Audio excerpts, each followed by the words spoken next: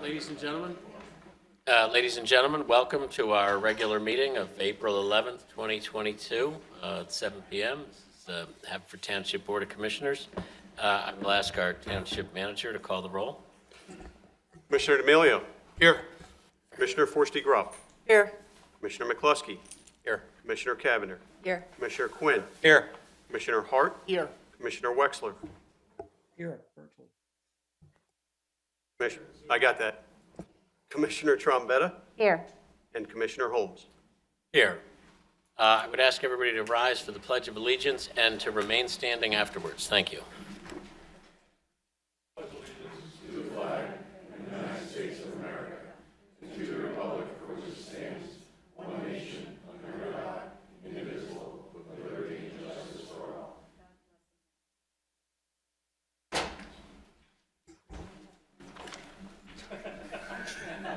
Mr. President, Mr. D'Amelio. yes, I ask that we have a moment of silence for a volunteer firefighter, Robert Regan. He was a 50-year member of a Manoa Fire Company, and during his service, he served as the engine captain, EMS captain, engineer, chief engineer, board of director, and president. He was also responsible for training many new young volunteers. So I ask for a moment of silence for Bob.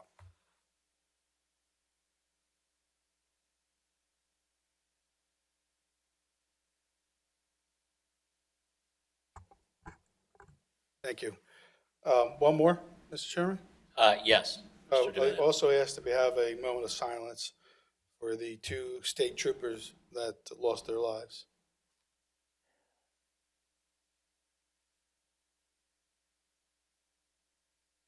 Thank you. Thank you, Commissioner D'Amelio. Thank you.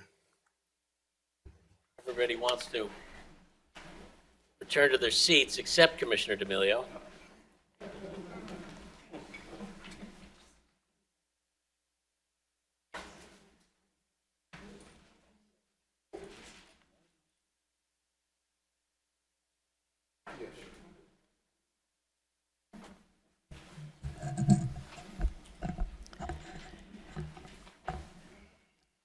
I won't be the only person who speaks about Steve tonight, but I'm president, so I get to go first.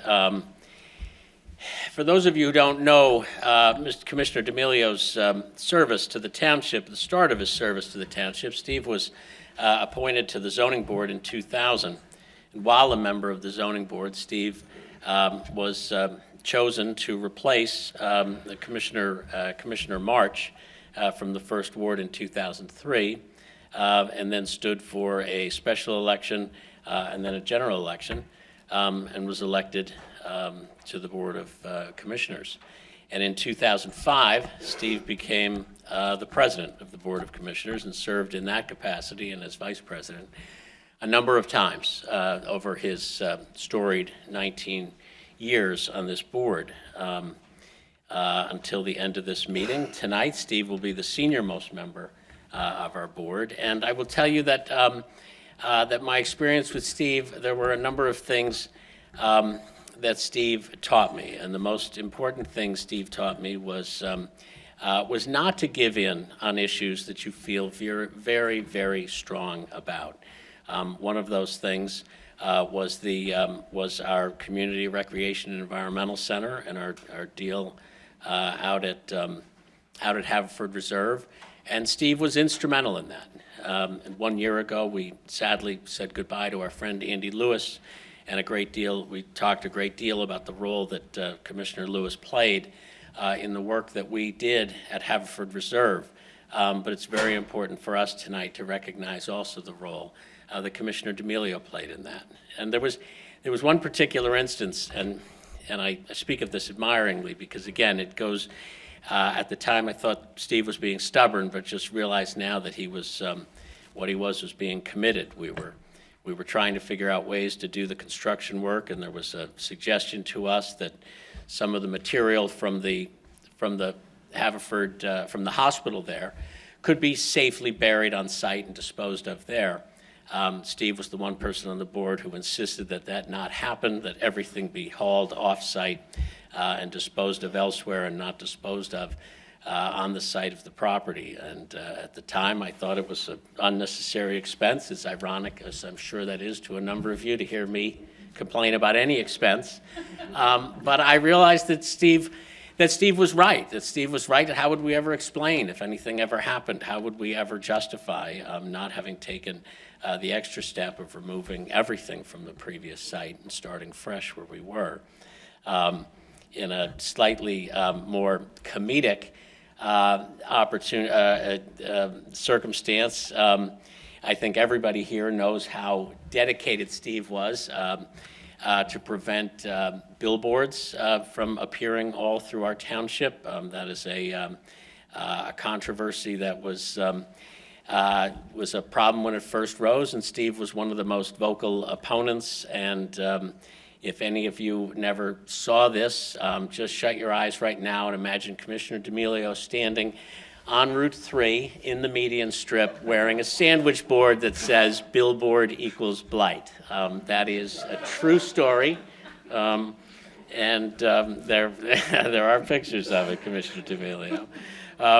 So I will let me ask our former president, Commissioner Oliva, to bring over. The township created a gift for you, Steve, and we think it really captures your service and our appreciation for what you did. For those folks who can't see it, this is a picture of Steve signing the agreement for us to get to do the work at the Haverford Reserve. This is a picture of the CREC. This is from Manoa Fire Company, where Steve has served so valiantly.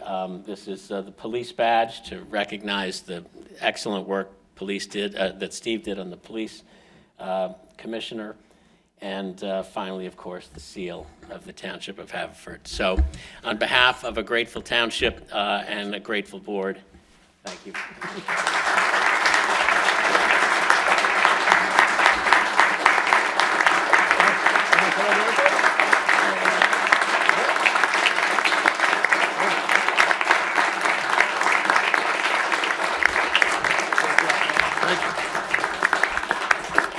I do know, before Steve says anything, I do know there are two people in the audience who would like to speak about Steve.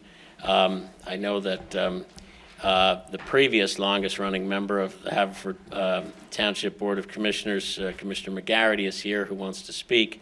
And I know that Peggy Moore from the Haverford Alliance for Drug Awareness would also like to speak. So, Commissioner McGarity, if I could invite you up.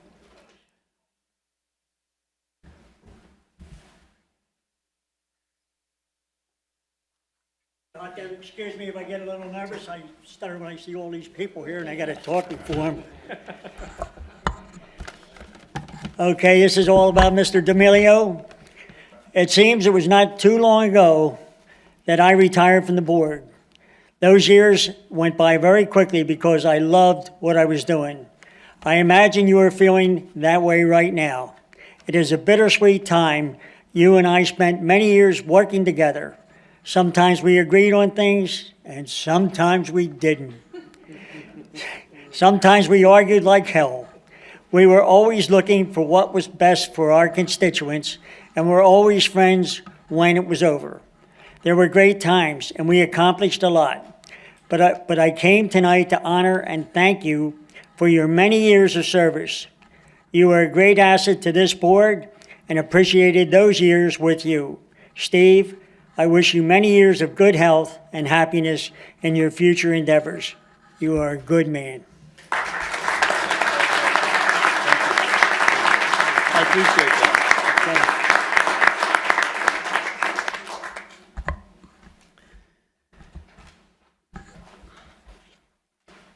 Hi, just very quickly, Mark Capriati and his wife Darlene, we're part of the original Billboard 5, and Mario and Steve, we sat through years and years of hearings. Thank you, Steve.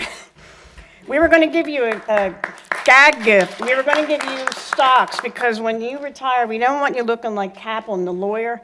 Like 12 years ago, he came in with no socks. I know that's the look now, but we don't want you turning into that guy. I don't do that.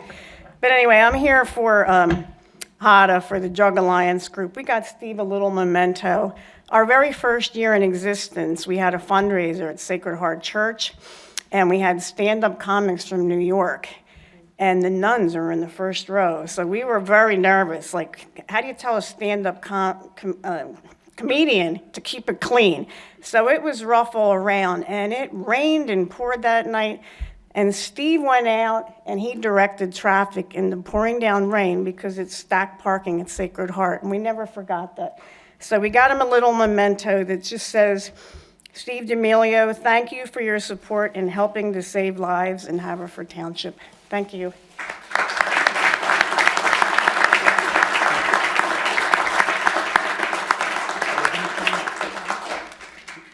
This is Jessica Brash. She's part of our HADA group, too.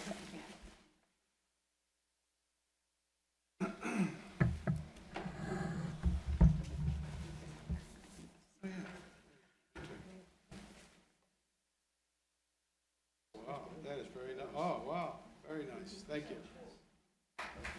Thank you so much.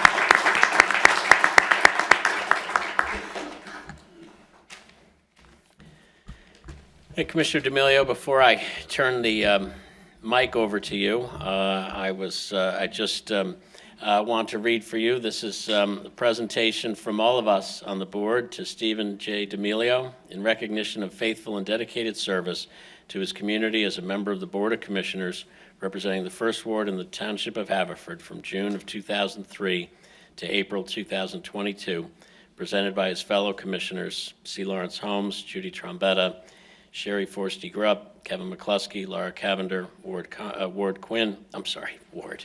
7th Ward, Connor Quinn, Jerry Hart, and Bill Wexler. Thanks again.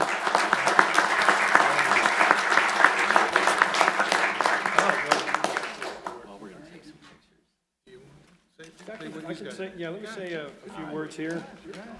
I'll be real short. I was on the board with Steve for 16 years. Steve, and there's one thing I can say for Steve, he always had my back, always had my back. I never had to worry about Steve. I knew where he was all the time, so just congratulations, Steve. Thank you. I know that it's very deserving of, you really worked hard with the township, and we got so much done, you know, and it was such a good group to work with. So, Thank you. thank you, Steve.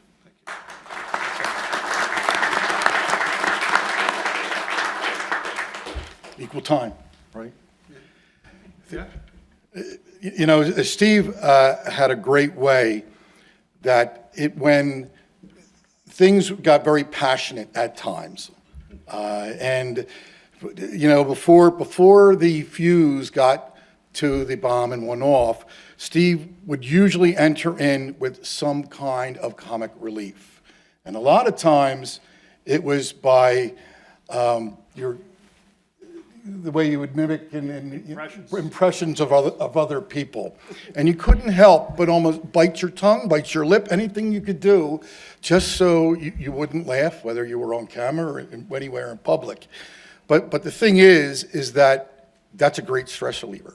Humor to look at something and say, you know what, yep, things might be a little messed up right now, but let's look at the lighter side of it. And it gives you a moment to stand back, you know, recapitulate and say, okay, now let's see if we can address this again. So thank you for all of your humor over the years, and kicking Mario at the foot and what have you, but thank you very much for opening up eyes at times that needed to be opened. Greatly appreciate it.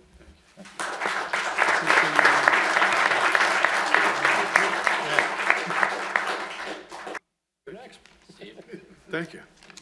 I don't know how I follow that. I won't mimic or imitate anyone tonight. They're only for the back room.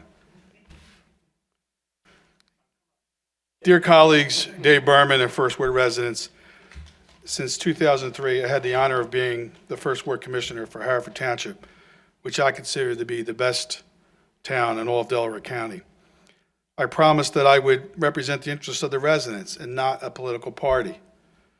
I didn't want to pursue the Republican way or the Democratic way but I wanted to do it the right way. I'm proud of what I've accomplished for the residents of Haverford Township. Most notably, I helped change the plans for Haverford State Hospital into what it is today, a beautiful recreation center that utilizes geothermal power. I advocated against bulletin boards that would have been an eyesore in our residential neighborhoods and pedestrian crossings, as well as the creation of a sewer tank, which would have negatively impacted not only my ward, but other wards as well. I have worked alongside so many talented and dedicated employees, commissioners, other elected officials, and most importantly, the residents of the First Ward and Haverford Township. Without their partnership, the outcomes that I just described would not have been possible.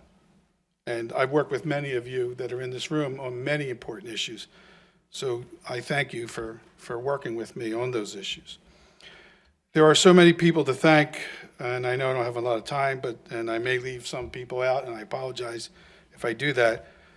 But Bob Kane, where's Bob? Oh, for your ongoing support, your assistance to me that you provided me throughout all these years from when we first started, and that was with Mary March.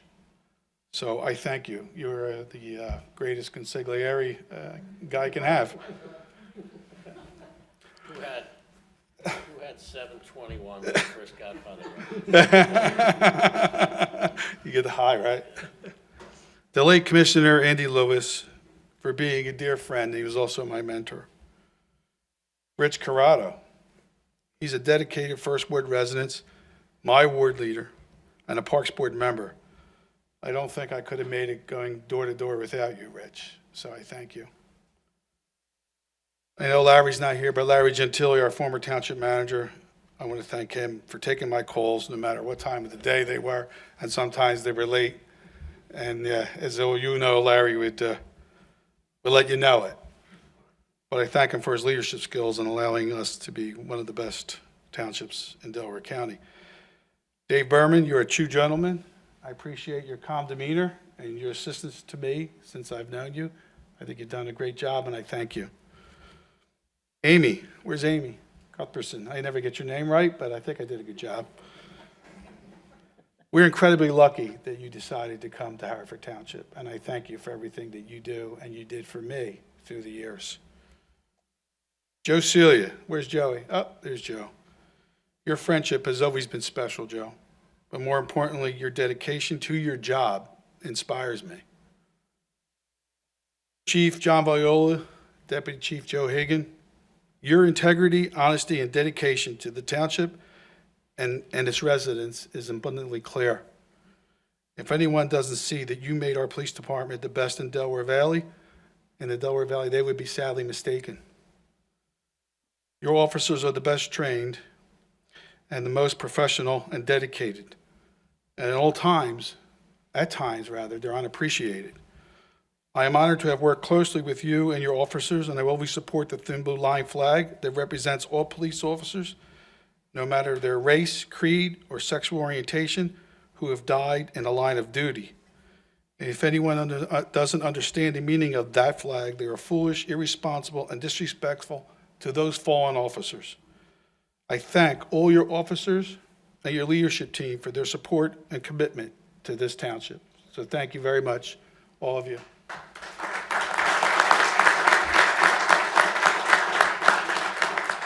Dan Mariani, Doc, Lori, she was another township employee, former employer, but Danny's still here. And to those administrative building employees that provided invaluable assistance over the years.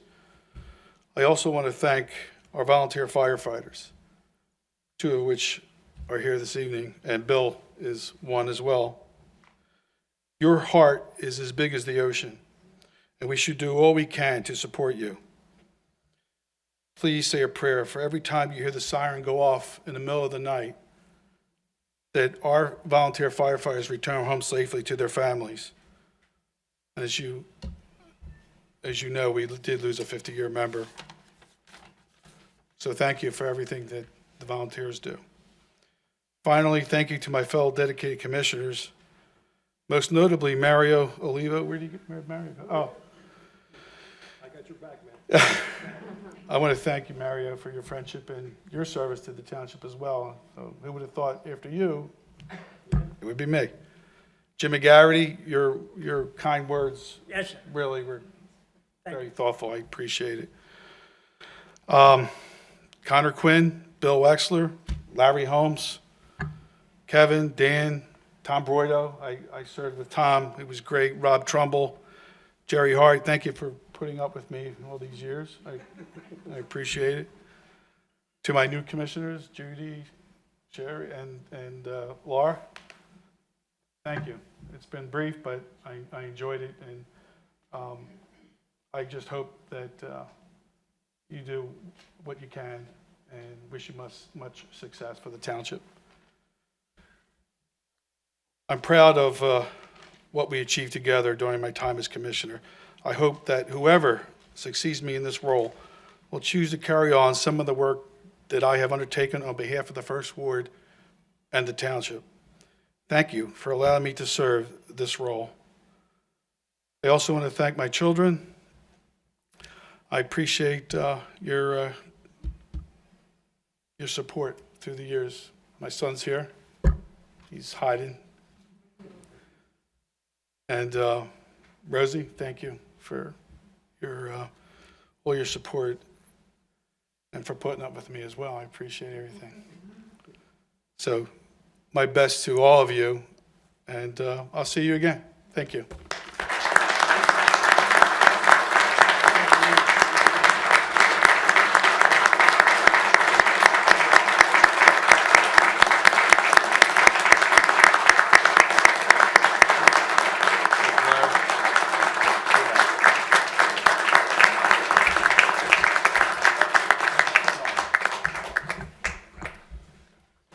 If we could just take a few moments now, I know we're going to want to get some pictures, so if take a 5-minute recess, that'd be great. Thank you. Thank you all.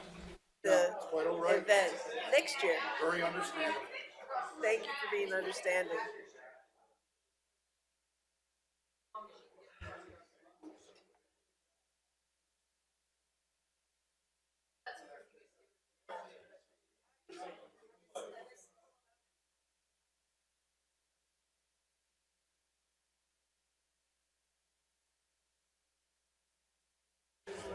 Hi, welcome back. Thank you all for that break.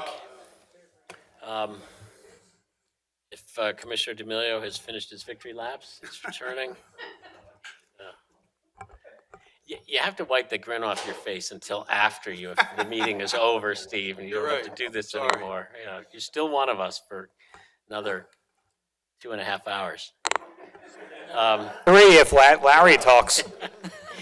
Actually, it might go to 3.5 because the next thing on our agenda is what I hope will be a biannual event, but a presentation by our District Attorney, Jack Stolzheimer. So please welcome District Attorney Jack Stolzheimer.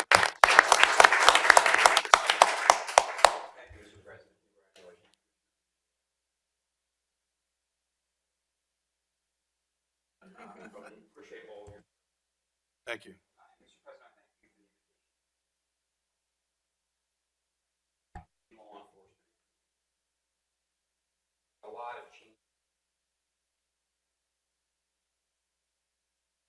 There you go. Thank you. We might not be doing a good enough of a job to get out to the communities and let everybody know about it, so I really do appreciate the opportunity to be here today and talk about some of the exciting things the county is doing. One of which you probably all saw last week, which was the changeover in the management of the county prison. Delaware County last month ended 25 years of private possession of our county prison, private management. This is a big step up. First of all, it puts us on the same footing as the other 66 counties in Pennsylvania, but also it's the best practice there possibly is. What we've learned after 25 years of sending our tax money to a multinational company that was using our money to pay shareholders instead of investing in our facility, that we can do the job a whole lot better. We need to invest in the people who work there, in the programs they run, and we need to invest in the facility itself in order to both serve the public and keep them safe and make sure that we're doing everything we can so that everybody who passes through that facility is treated with dignity and respect. And so what happened last week it was just the beginning of, I think, a real change in Delaware County. As Chief Viola will tell you, we're also working, and County Council has committed a lot of money to upgrading our 911 system.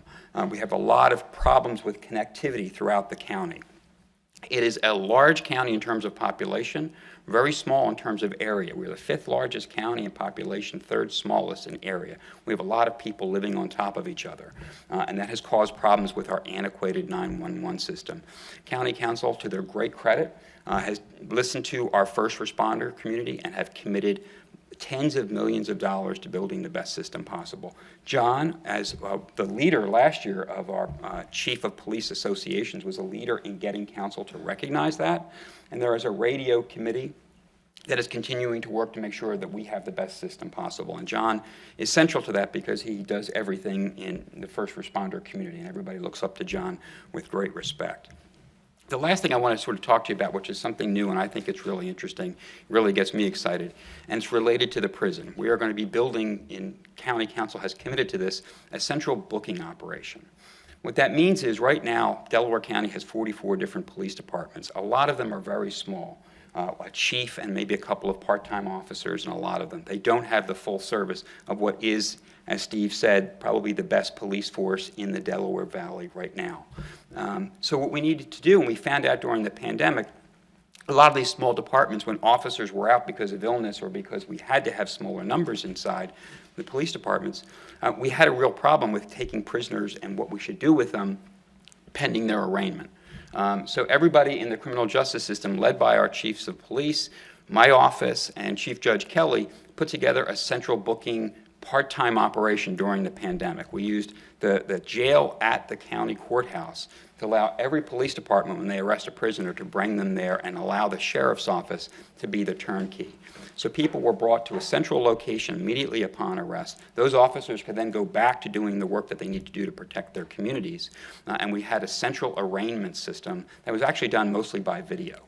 Arraignment is a key part of the criminal justice system. That's usually when the charges are first given to the defendant by the district justice and where bail is first set. And as a lot of us know, bail has become a real issue in the criminal justice debate in this country, and cash bail in particular. The state Supreme Court will be later this year entering a rule about that, which I've been involved with as a member of the Criminal Procedures Rules Committee. And so what we're going to be doing, hopefully later this year, is putting that into the forefront of what we're doing. County Council, by building a central booking operation in Lima, is where we expect it to be built, will allow all the Delaware County Police Departments to take prisoners upon arrest down there to get processed. They will also be brought before a district justice who will be assigned on a daily basis. They will rotate the district justices in. And this is the really exciting part. County Council has given my office and the public defender to work collaboratively together, extra staff, so that we're now going to have adversarial proceedings at the arraignment. What that means is that for the defendant, they're going to have access to a lawyer at the time they're first given charge and bail is first set. It won't be a perfect system. We won't have 24-hour coverage, but we're going to be in the forefront of counties that are trying to do their best to make sure that nobody is stuck in our county jail simply because they couldn't afford bail, because they didn't give the right answers to a bail interviewer system, and their whole life begins to fall apart. We have already been working in this system already. Back during the pandemic, we started with the actual central booking, but we've been doing central arraignments now almost nonstop since then. And because of these extra resources and because of the attention our office working with the public defender have worked collaboratively together, we've been able to reduce the county's prison population. Usually it's at about 1,800, which is the max capacity. 1,883 is how many people can be at our county facility at George W. Hill. Right now it's at 1,300. And what that represents is only the people who need to be held pre-trial are there. And that's what we as citizens all should be asking for. We need public safety first and foremost, but we also have to make sure that the taxpayer dollar is properly spent. And if somebody should be out on bail, but isn't out on bail because they didn't give the right answers to a question, or a judge didn't know to ask the right question, or they didn't have access to a lawyer who could advocate on their behalf, that's wrong and that's unjust. So Delaware County, I just wanted to make sure that all of you can understand, and I hope I'm making my point clearly here, is we're using this gift of federal funding and the difficulty we all went through with the pandemic that has brought that federal funding to us as an opportunity to put our criminal justice system first and forefront. We want to be, again, in Delaware County, we don't want to be at the back with the line. We want to be in the front. We want to be one of the counties doing it right. As I mentioned earlier, the state Supreme Court is going to be entering a rule later this year about bail. And they're going to be requiring detention hearing for anybody who's held either for violation of probation or because of charges. And they're going to be ordering that probably within the first 48 hours. Delaware County is going to be ahead of the game if we can build this central booking operation and allow ourselves to actually have people who come through the criminal justice system at that first entry point also have the ability to interact with our human services providers, is that they need the help that all of them need. Ladies and gentlemen, everybody who goes through our criminal justice system is suffering from something. They have some trauma in their life. They live in poverty, they have an addiction issue, they have a mental health issue. You look at anybody that John has ever arrested, he's never arrested me, so I think I'm okay here, but everybody has those problems in their background. Now, we need, and John has been a leader in this, particularly in the mental health services issue, that we need to be able to provide better services to people so that we can stop that recidivism. We believe that these changes we're going to be making, hopefully this year, in our criminal justice system here in Delaware County is going to help us do that. And will have effect for you as well, because we will, if we have a central booking operation, you're going to be able to take some of the jail cells you have downstairs and they won't be needed. So hopefully this will all be able to be done later this year. There's going to be a lot of conversations, I think, by county council with you, Mr. President, I hope, and other leaders throughout, municipal leaders throughout the county, when we're really ready to roll out the central booking operation. So I can see I've talked a lot. I think people are actually paying attention, which is good. Do you guys have any questions for me? I do. District Attorney Stolzheimer, in 30 seconds or less, could you just also describe the role the District Attorney's Office plays with regard to civil litigation, in particular some of the things you folks have prosecuted on behalf of plaintiffs, let's say class action plaintiffs? Yes, sir. I'm happy to do that in 30 seconds. So under Pennsylvania law, the district attorney is a chief law enforcement officer, and we are able to bring civil suits in a limited capacity, and that's under the state's consumer protection law by and large. We brought 2 suits. One was against opioid manufacturers, some of whom we were able to settle with earlier this year. Attorney General Shapiro took the lead in getting $1 billion brought out of 4 distributors for the damage they have caused to every single community in this Commonwealth.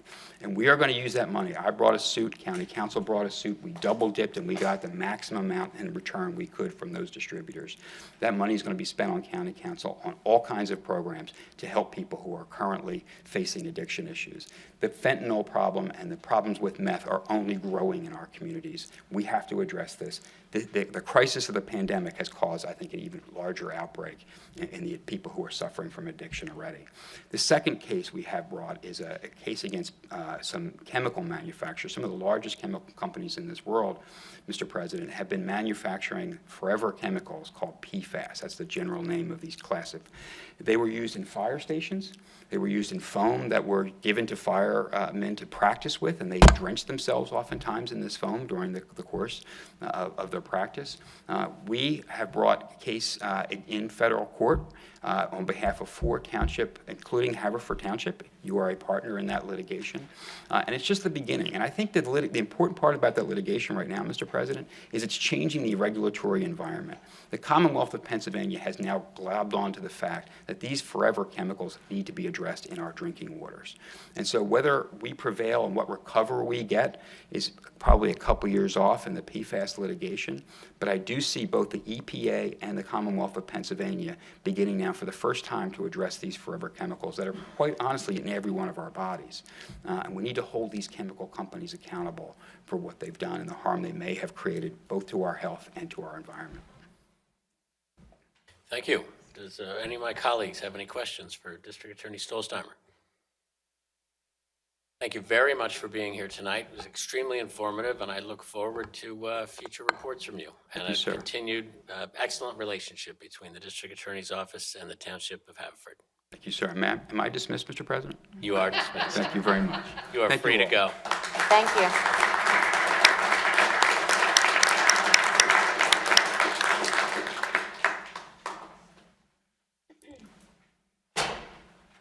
So next on our agenda is the Citizens Forum, and also Citizens Forum for both registered speakers and for speakers who'd like to address agenda items. So an issue came up at the last meeting. In particular, somebody raised the issue about addresses, giving their address. Our registered speakers and our citizens' right to speak on agenda items, that relates to people who live in Haverford Township. So the practice we have gotten in over the years is that when people get up, they announce their name, they announce their address, and in part that's just for us, for the record, to know that it's somebody from Haverford Township. There are folks who've expressed concerns about giving their specific address. And so there is no requirement that somebody tell me the number of their house. If you choose to just get up and say that you are Michelle Alvery and you're just a citizen of all of Haverford Township, you can say that. You want to say your neighborhood, if you want to say your street. It dawned on me after I said in response to the person last month who raised this that my address is published on the internet, and then I realized that actually it's not. We don't publish the home addresses of us commissioners on our website, so it is certainly not appropriate for us to demand a house and number from anybody who gets up here. But I will remind everybody that the registered speakers and speaking on agenda items only is something that that our township and our township charter affords to our township residents, and that is why that was the practice in the past. And I would ask that you continue to identify yourself as a Haverford Township resident and give as much or as little of your address as you'd like.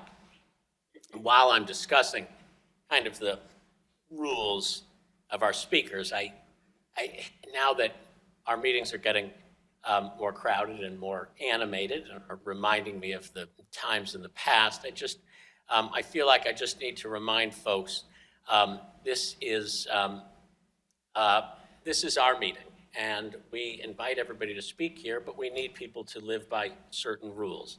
I ask that anybody in the audience who has something to say address it to us on the board and not to people in the audience, unless obviously they're just having a conversation with a friend. But sometimes somebody says something at the podium and somebody in the audience doesn't care for what they said.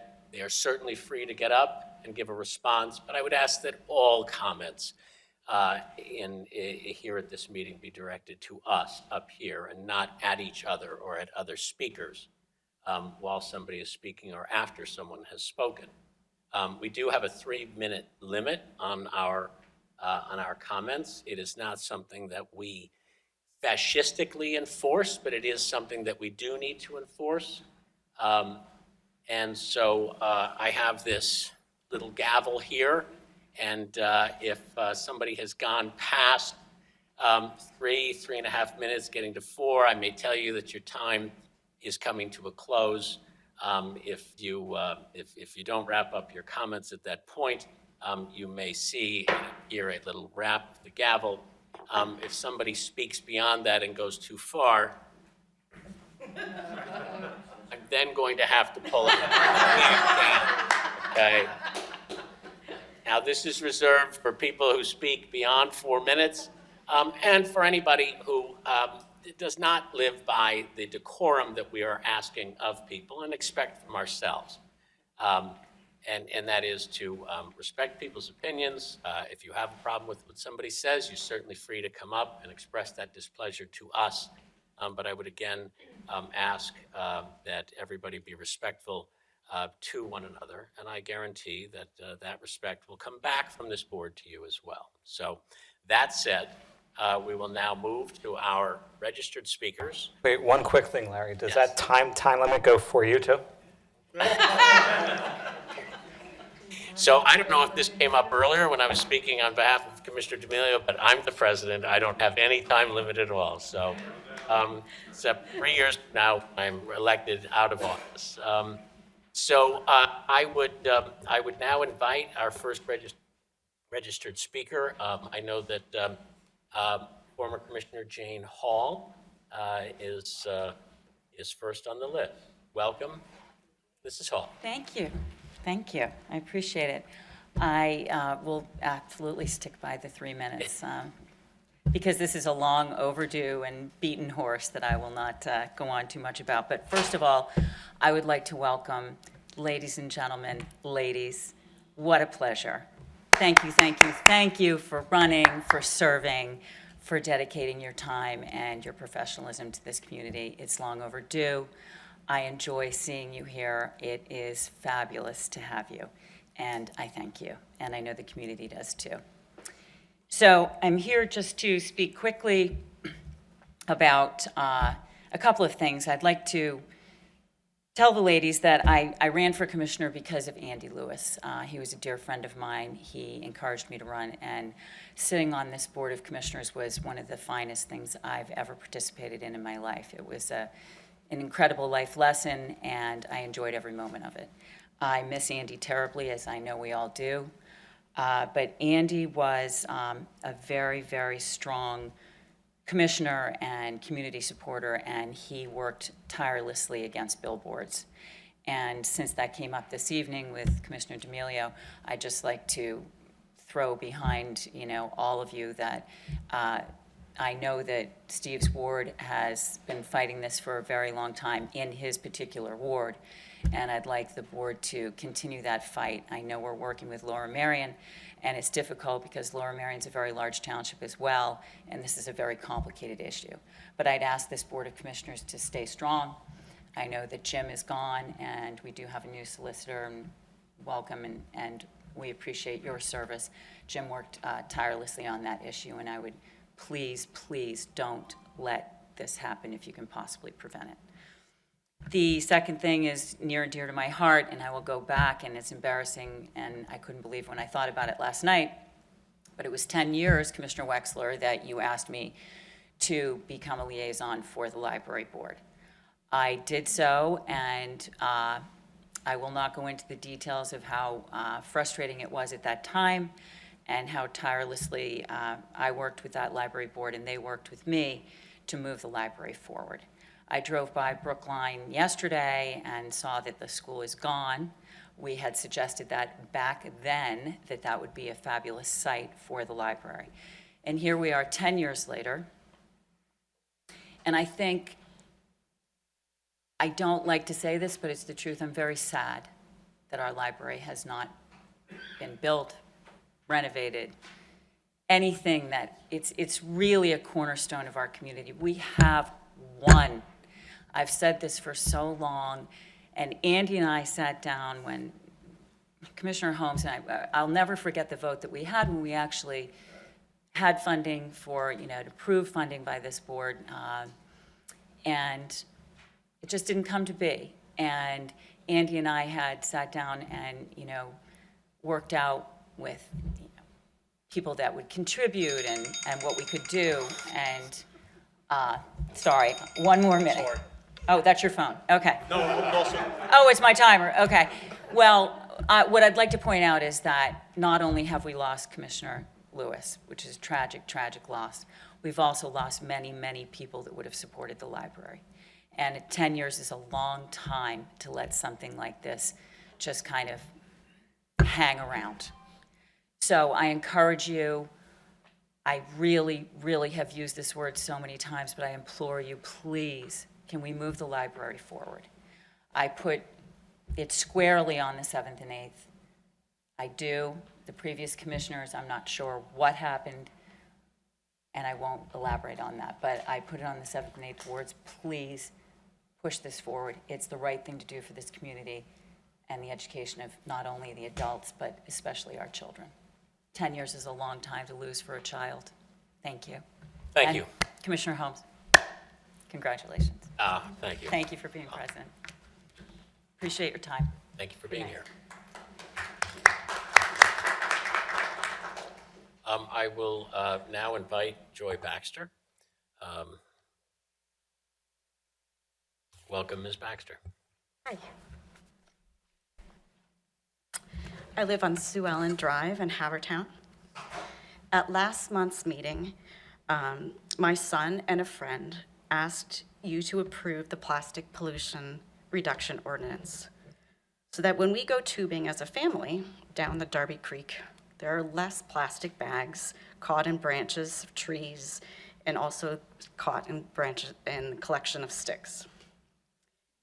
I'm asking you tonight to approve the ordinance for this reason and because of the reduction of plastic pollution all around our township.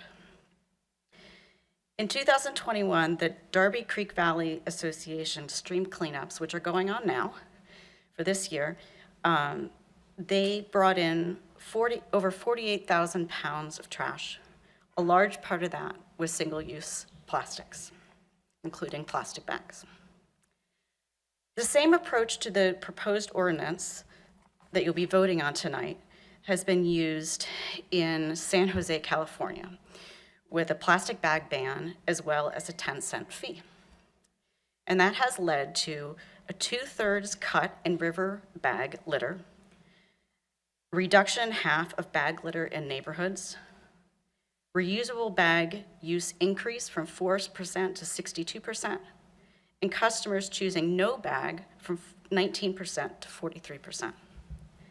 In Alameda, California, a plastic bag ban and fee for paper bags led to 80% less single-use paper and plastic bags, 200% more reusable bags or no bags being chosen by consumers, and 44% less single-use plastic bags in storm drains. Other ordinances without bans or fees have not produced as much of a shift in using reusable bags and overall reduction of single-use plastic bags. For those commissioners who have expressed opinions that the state should act instead of our local municipalities, I ask you, who pays for the storm drain cleanup? The taxpayers of Haverford Township. Who is out there this month volunteering for watershed cleanup with the Darby Creek Valley Association? Residents of Haverford Township. We are already the ones dealing with the impact of single-use plastic litter. We should be the ones enacting legislations to deal with it.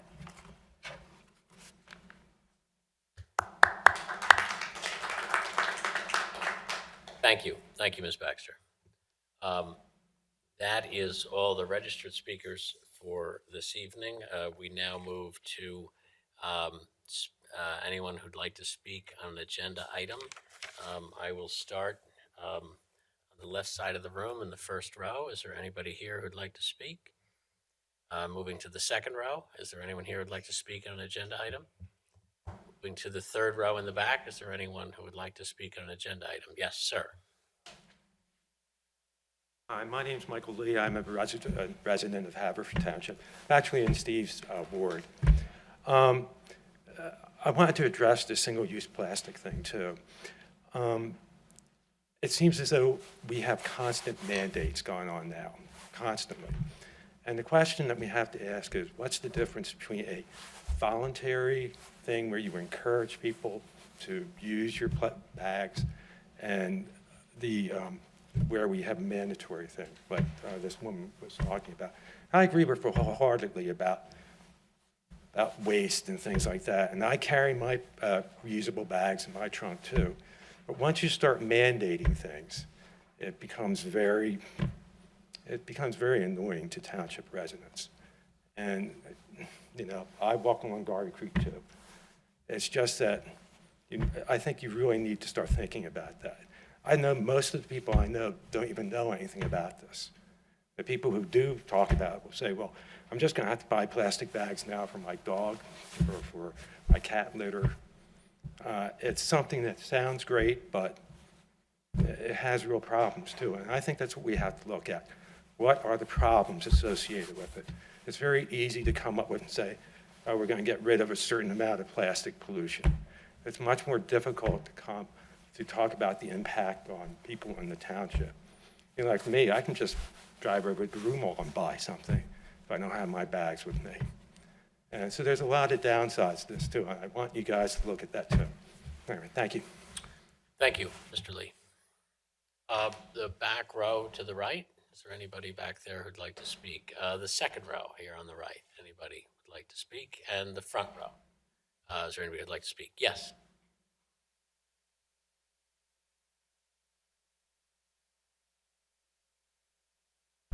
Peter Pugliese, Lawson Avenue.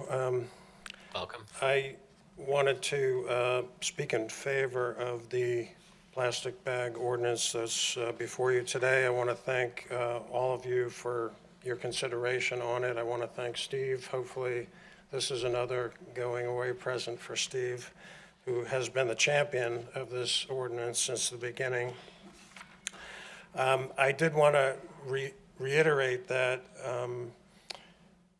as a lot of commenters have said, there's going to be an adjustment period. Everyone's not going to be happy campers. We already have a frequently asked questions guidance document. We're going to put together resource information for retailers. And as I mentioned a month or so ago, the retailers are really, the big ones are really already on board. Okay, they know how to do it. They're doing it. With regard to impacts, who's done it, is it right? I mean, we have whole states that have done it now. New Jersey has it, Philadelphia has it, California has it. There's, 9 or so states across the country that are doing it statewide. Would I love for it to be statewide? Yes, but we all know that's not happening, right? And so I would echo what was just said about, well, the impacts are here as well as everywhere else. So let's get it done here. By the way, there are many, many more municipalities neighboring us that are considering this at this point in time. So that's all I'll say for now. And we in the Environmental Advisory Committee are certainly committed to helping through the adjustment period. We offered before to work with the township and HPED on maybe coming up with a standard design buy local discounted product that small businesses could use. I think that's a phenomenal idea. I've actually done a significant amount of research over the last week or so on bags, so I have a whole list of where to get them and pricing and so forth. So I'd encourage you to, do the right thing and certainly be prepared for when the rest of the world realizes it's here. But, one of the other resources we'll give businesses is standard postings that they could put up that says, this is coming, don't be surprised, which all these things are hopefully going to help. Thank you. Thank you. Is there, yes, Ms. Dawson. Kathy Dawson, 2305 Poplar Road. Question, Yes. the comment that you made about decorum, is that considered an agenda item or a non-agenda item? So it's not an agenda item, but Okay. we do open the floor again after the, I will wait. official Okay. part of the meeting. Thank you. For people to speak on any topic. Thank you. Yes. And I encourage everyone to stick around to hear what Ms. Dawson and anybody has to say at the end of the meeting. Okay. Answer the questions. Ms. Hall, thank you for your comments on two very important things, billboards and libraries. All the other comments obviously related to our plastic bag ban, and that is something that's going to be addressed significantly by the board in the next several minutes. So I will defer till then for any responses and comments from my colleagues. Next on our agenda is a proclamation for Haverford Finland Ice Hockey Exchange. And I turn the floor over to Commissioner Quinn. Thank you, Larry. I'd like to present this proclamation, which Larry and I will actually present this week to the Finland Exchange Group. On Thursday, Yes, we'll drop the puck over. So whereas the Board of Commissioners of the Township of Haverford, County of Delaware, Commonwealth of Pennsylvania, welcomes the families and players of the Viking. I'm going to get some words wrong, so sorry about that. Hockey Club of Helsinki, Finland, and whereas the Haverford Hawks Finland Exchange started in 1998. That year the Rinta and Pantilla family moved from Helsinki to Philadelphia. Rinta Pandilla played his first season for the Haverford Hawks. Oh God, what happened here? B team. And whereas at a Christmas break, the Ranta Pandilla family hosted one of their sons' finished friends. The boys, along with several other Hawks players, played in a local school tournament. From that point on, the entire Viking or hockey club traveled to the U.S. and the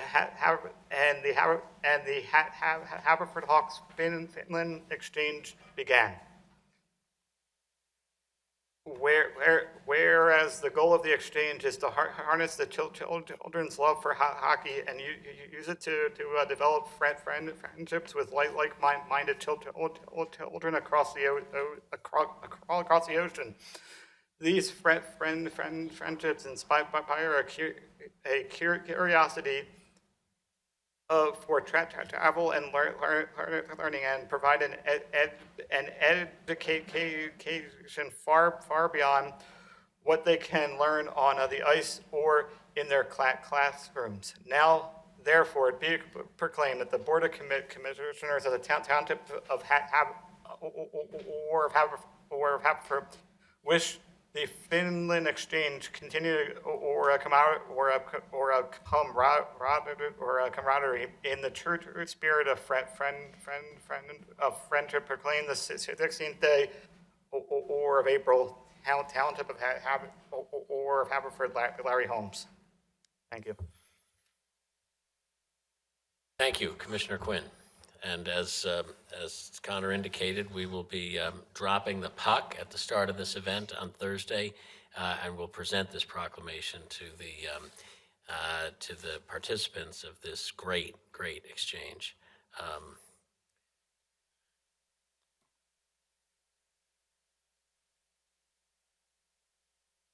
Is it Dr. Hart? Okay, and we now have another proclamation.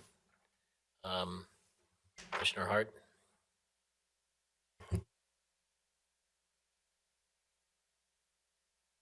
Oh, I think actually. You can do it. An Arbor Day proclamation. Whereas in 1872, J. Sterling Morton proposed to the Nebraska Board of Agriculture that a special day be set aside for the planting of trees.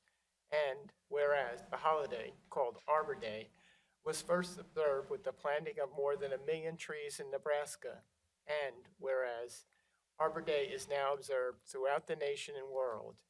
And whereas trees can reduce the erosion of precious topsoil by wind and water, lower our heating and cooling costs, moderate the temperatures, clean the air, produce oxygen, and provide habitat for wildlife.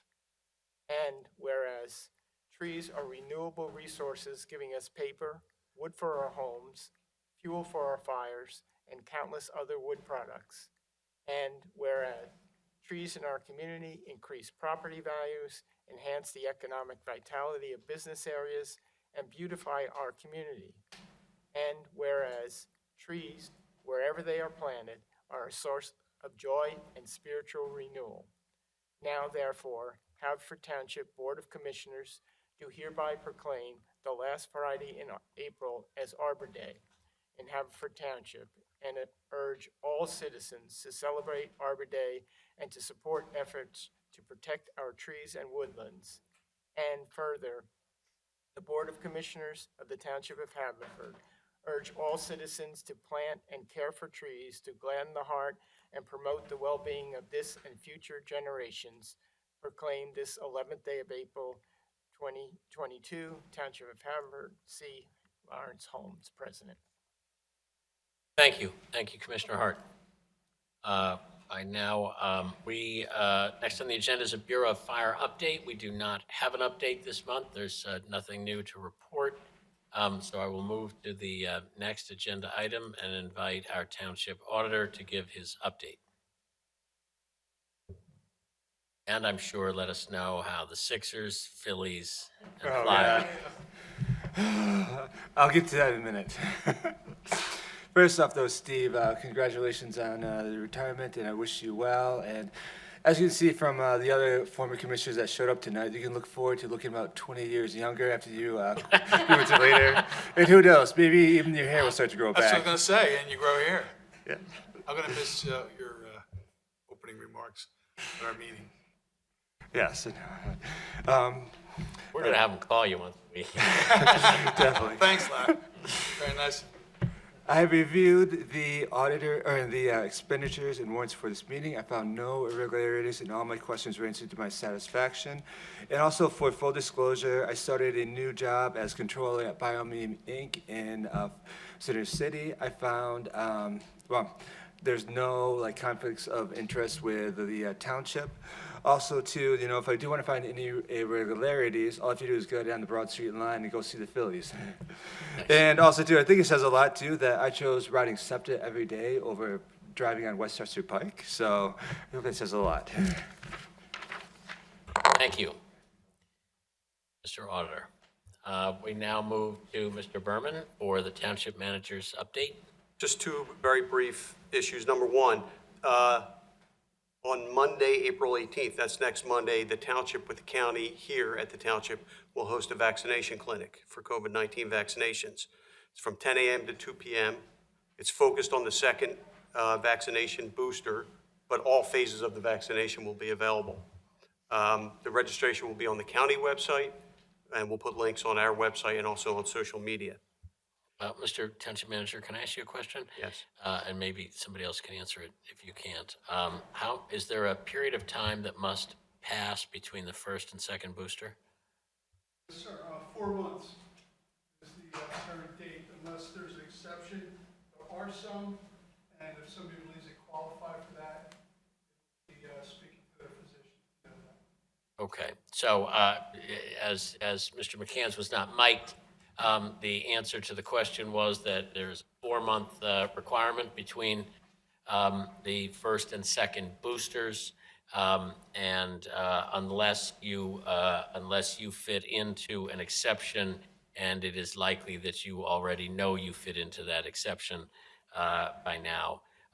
And I can speak from experience, having tried to get the first booster 2 days shy of that original deadline. The 4 months is real. It's 120 days. If you're 119, you won't get it.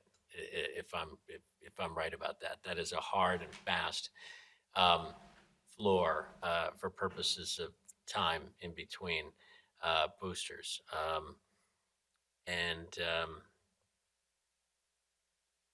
And you have another item. Oh, thank you. So, Steve, thank you very much for your guidance over the past few years that I've worked for this board, and thank you for your years of service. It's funny that they talked about the reserve tonight, because I was going to mention that our Parks and Recreation Department received an award earlier this month from the Pennsylvania Recreation and Park Society, and that is for a program called Rec at the Creek. And that's a program, I'll just read a little bit of it. Not only do we value people of all abilities, but we're filled with resourceful professionals, and our programming is flexible. It includes everyone. And so the award goes something like this. All people love to play.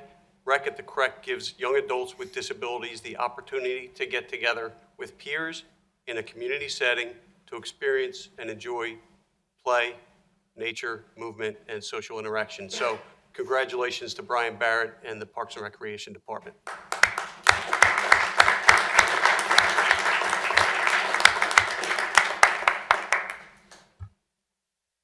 Thank you, Mr. Manager.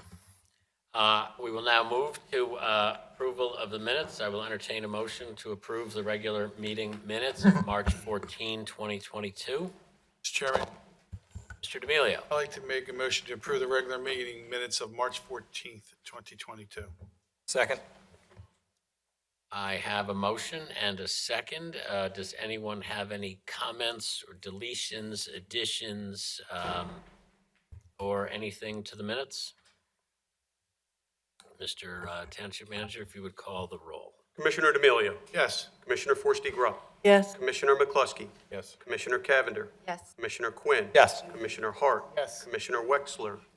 Yes. Commissioner Trombetta. Yes. Commissioner Holmes. Yes. So we will now move to the approval of warrants. I will consider a motion to approve the warrant number 4 of 2022.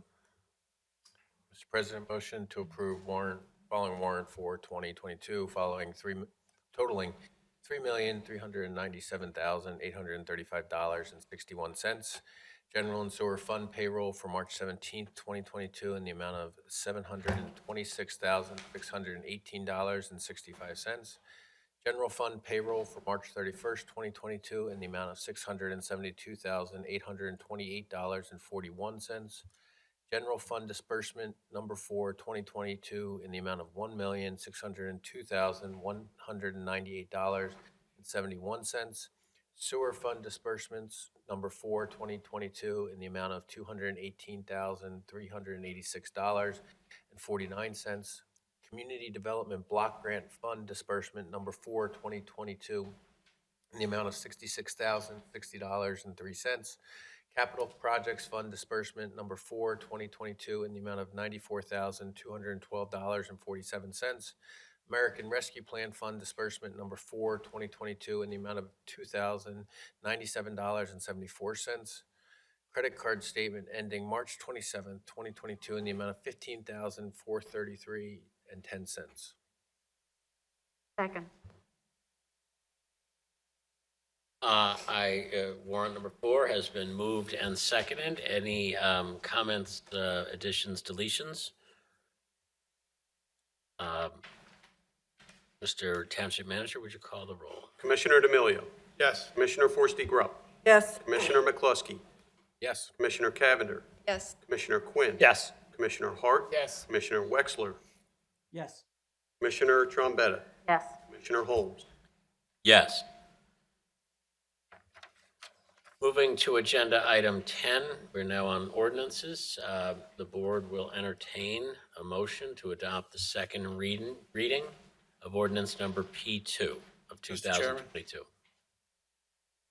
Motion to adopt the second reading of ordinance number P2 2022, approving to add a new chapter in the general laws of the Township of Haverford titled Single-Use Plastic Regulations to regulate the distribution and use of single-use plastic carryout bags, single-use plastic straws, and stirrers, and to promote and facilitate reusable bag use, and to add findings, definition, fees, requirements, enforcement, penalties, and exemptions relating to the distribution and use of single-use plastic carry-out bags, reusable bags, and single-use plastic straws and stirrers. Second. I have a motion and a second. I invite discussion. Mr. President, Commissioner Trombetta.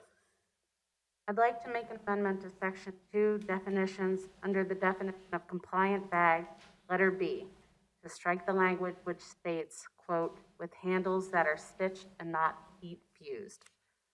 This portion will instead read, if the bag contains plastic, it must be a woven or non-woven and fused fabric with a minimum 80 grams per square meter density, period. It was brought to this board's attention that there may be supply chain shortages that would make it difficult to acquire reusable bags with stitched handles at a reasonable cost.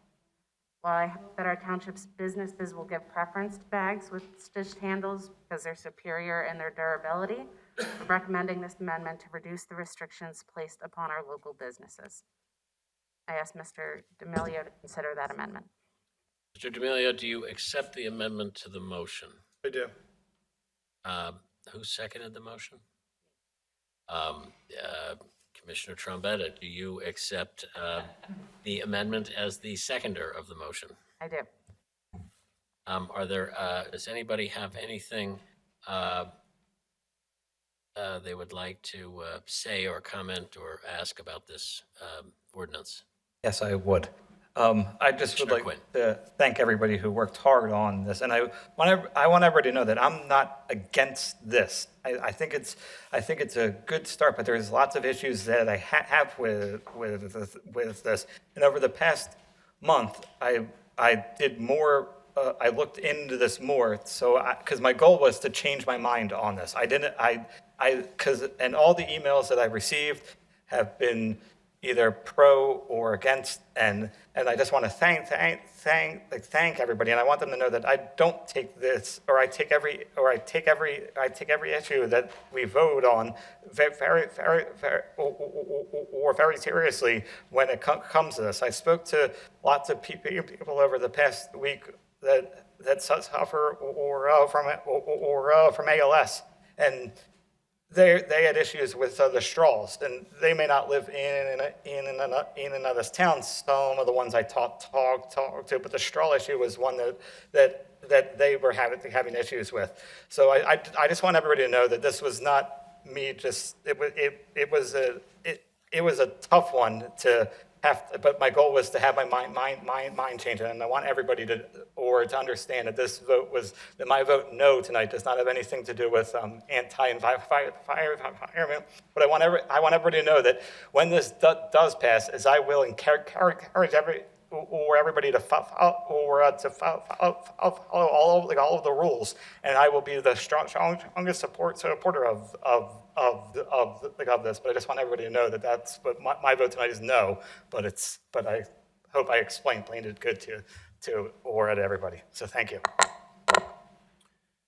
Thank you, Commissioner Quinn.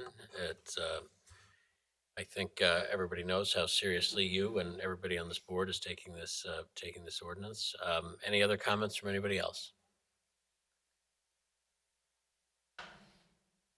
Well, hearing none. Mr. Township Manager, would you call the roll? Commissioner D'Amelio. Yes. Commissioner Forresty Grubb. Yes. Commissioner McCluskey. Yes. Commissioner Cavender. Yes. Commissioner Quinn. No. Commissioner Hart. Yes. Commissioner Wexler. Steve, out of respect to you, I vote yes. Sounded like you voted no, Bill. I couldn't hear you. He said yes. Yes. Yes, sorry. Thank you, everybody. Parting gift to Steve. Get out of respect for Steve. Got it. Commissioner Trombetta. Yes. Commissioner Holmes. Yes. Thanks, Bill. Before we move on to the next agenda item, Commissioner D'Amelio? I just wanted to thank you and Commissioner Trombetta and everybody for the hard work they put into this ordinance, and the EAC. They put a great deal of thought and detail and data and analysis into this. I do believe that we are. It is just a function of time that we are an outlier on this right now. And instead, what we will be is just the first of many. First, I think localities, and then I think states, and perhaps eventually our federal government that will react to the crisis facing our country in terms of waste. And I'm proud of our board for taking this action. So thank you all. We will now move on to ordinance number P5. The board will consider a motion. Just may I say something? Yes, quick? yes, of course. Yeah, I'm before we sorry. move on. Peter, I on behalf of the board and township, thank you for all your volunteer work, and it was just extraordinary. I remember I solicited you early on, and you just were, you rolled your sleeves up, and you took a lot of time to do with it. So you're really a big part of it as well. Thank you. Here. It was a pleasure always working with you too, by the way. You're a gentleman. Are we good? All right, so. I won't interrupt you again. Thank you. No, you have the rest of your township life to interrupt me, so go ahead, yeah. And you're As my parachuting instructor said when I asked how long I had to pull the reserve chute, she said, you have the rest of your life to pull it, so. The board will now entertain a motion relating to ordinance P5. Mr. President, I'd like to make a motion to adopt the second reading of ordinance number P5, 2022, authorizing traffic restrictions on the following highways. Establish special purpose parking zones across from 721 Howard Avenue, Havertown, PA 19083. Do I have? Second. Thank you. So I have a motion and a second. Any questions or comments? Hearing none. Mr. Township Manager, you call the roll. Commissioner D'Amelio. Yes. Commissioner Forresty Grubb. Yes. Commissioner McCluskey. Yes. Commissioner Cavender. Yes. Commissioner Quinn. Yes. Commissioner Hart. Yes. Commissioner Wexler. Yes. Commissioner Trombetta. Yes. Commissioner Holmes. Yes. Item 12 on our agenda, the board will consider a motion to adopt ordinance P6. Mr. President, motion to adopt first reading of ordinance P6, 2022, further amending Chapter 30, Pensions and Employee Benefits, Article 3, Police Pension for changes as a result of the 2021 to 2023 collective bargaining agreement pertaining to life insurance benefits. Second. I have a motion and a second. If I could, Ms. Cuthbertson, do you care to comment on this amendment? Sure. As was announced as part of the 2021 collective bargaining agreement with the police department, life insurance benefits were amended. So we use this opportunity to incorporate those amendments and clean up some language pertaining to life insurance in Chapter 30. Thank you. Are there any questions or comments from anyone on the board? Hearing none, Mr. Manager? Commissioner D'Amelio. Yes. Commissioner Forresty Grubb. Yes. Commissioner McCluskey. Yes. Commissioner Cavender. Yes. Commissioner Quinn. Yes. Commissioner Hart. Yes. Commissioner Wexler. Yes. Commissioner Trombetta. Yes. Commissioner Holmes. Yes. Item number 13, the board will consider a motion to adopt ordinance P7. Mr. President, motion to adopt the first reading of ordinance number P7, 2022, authorizing the township to enter an easement agreement for portions of the property located at 3824 Darby Road for the establishment of trail facilities. Second. I have a motion and a second. Any discussion?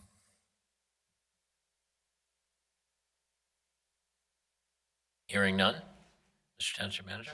Commissioner D'Amelio. Yes. Commissioner Forresty Grubb. Yes. Commissioner McCluskey. Yes. Commissioner Cavender. Yes. Commissioner Quinn. Yes. Commissioner Hart. Yes. Commissioner Wexler. Yes. Commissioner Trombetta. Yes. Commissioner Holmes.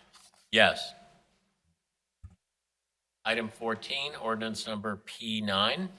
Mr. President, motion to adopt the first reading of ordinance number P9, 2022, authorizing traffic restrictions on the following highways. Establish parking of all vehicles prohibited at all times, both sides of the 800 block of Walnut Place from the corner of Manoa Road to a point 55 feet south thereof. Second. I have a motion and a second. Any questions or comments? Hearing none. Mr. Manager? Commissioner D'Amelio. Yes. Commissioner Forresty Grubb. Yes. Commissioner McCluskey. Yes. Commissioner Cavender. Yes. Commissioner Quinn. Yes. Commissioner Hart. Yes. Commissioner Wexler. Yes. Commissioner Trombetta. Yes. Commissioner Holmes. Yes. We now move to resolutions on the agenda. Item 15, resolution number 2259 of 2022. Mr. President, I'd like to make a motion to adopt resolution number 2259, 2022, authorizing the township manager to apply to the Delaware Valley Regional Planning Commission for a TCDI planning grant. Second. We have a motion and a second. Any questions or comments? I have a couple of questions Yes. for the township manager. Could you explain a little bit more about the grant sort of the specific, the logistics and why we're applying for it? Yes. So the Brentford neighborhood is in the very northeast corner of the township, right on the border with Lower Merion and very close to Radnor. And the neighborhood is bounded by Route 30, Ballpark, and Haverford Road. So they feel quite isolated. The neighborhood has very few sidewalks. I'm not aware of any bicycle safety amenities in that neighborhood. And this is something that we've been concerned about since Andy Lewis was here, frankly. It's an older neighborhood. The streets are very narrow.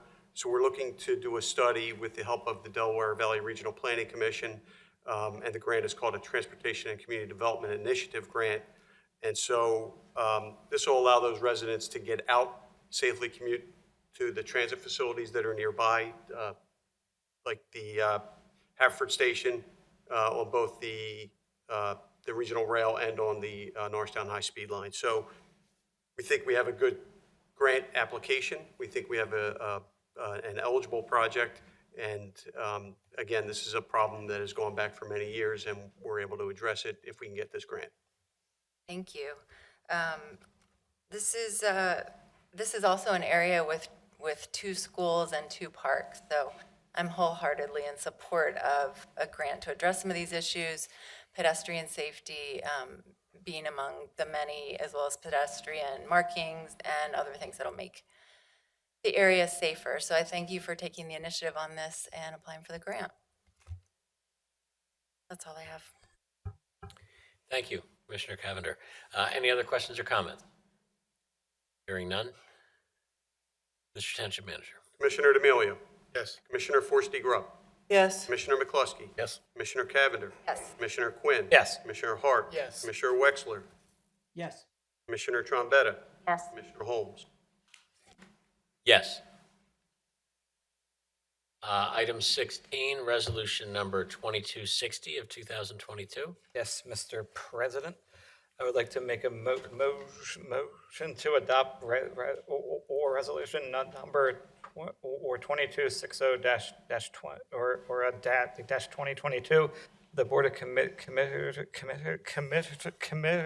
of the Township of Haverford, County of Delaware, Commonwealth of Pennsylvania, that the recommendations and findings of the Planning Commission have been reviewed, and the subdivision plan set for Sleepy Valley Holdings LLC for the consolidation of 2 undeveloped parcels located on a Cathmere Road, or Haverford Township, or Delaware County, known as DC Folio or numbers 22-07-00-7744-00 and 22-07-00-7745-00 dated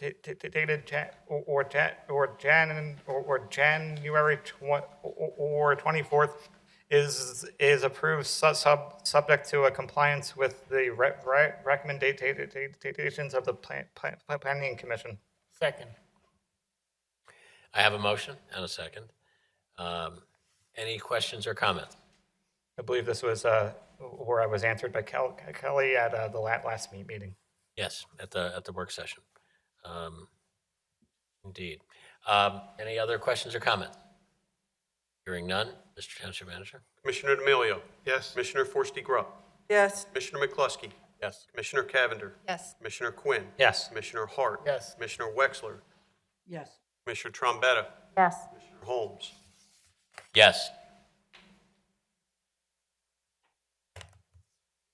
Item 17, resolution number 2261 of 2022. The board will entertain a motion.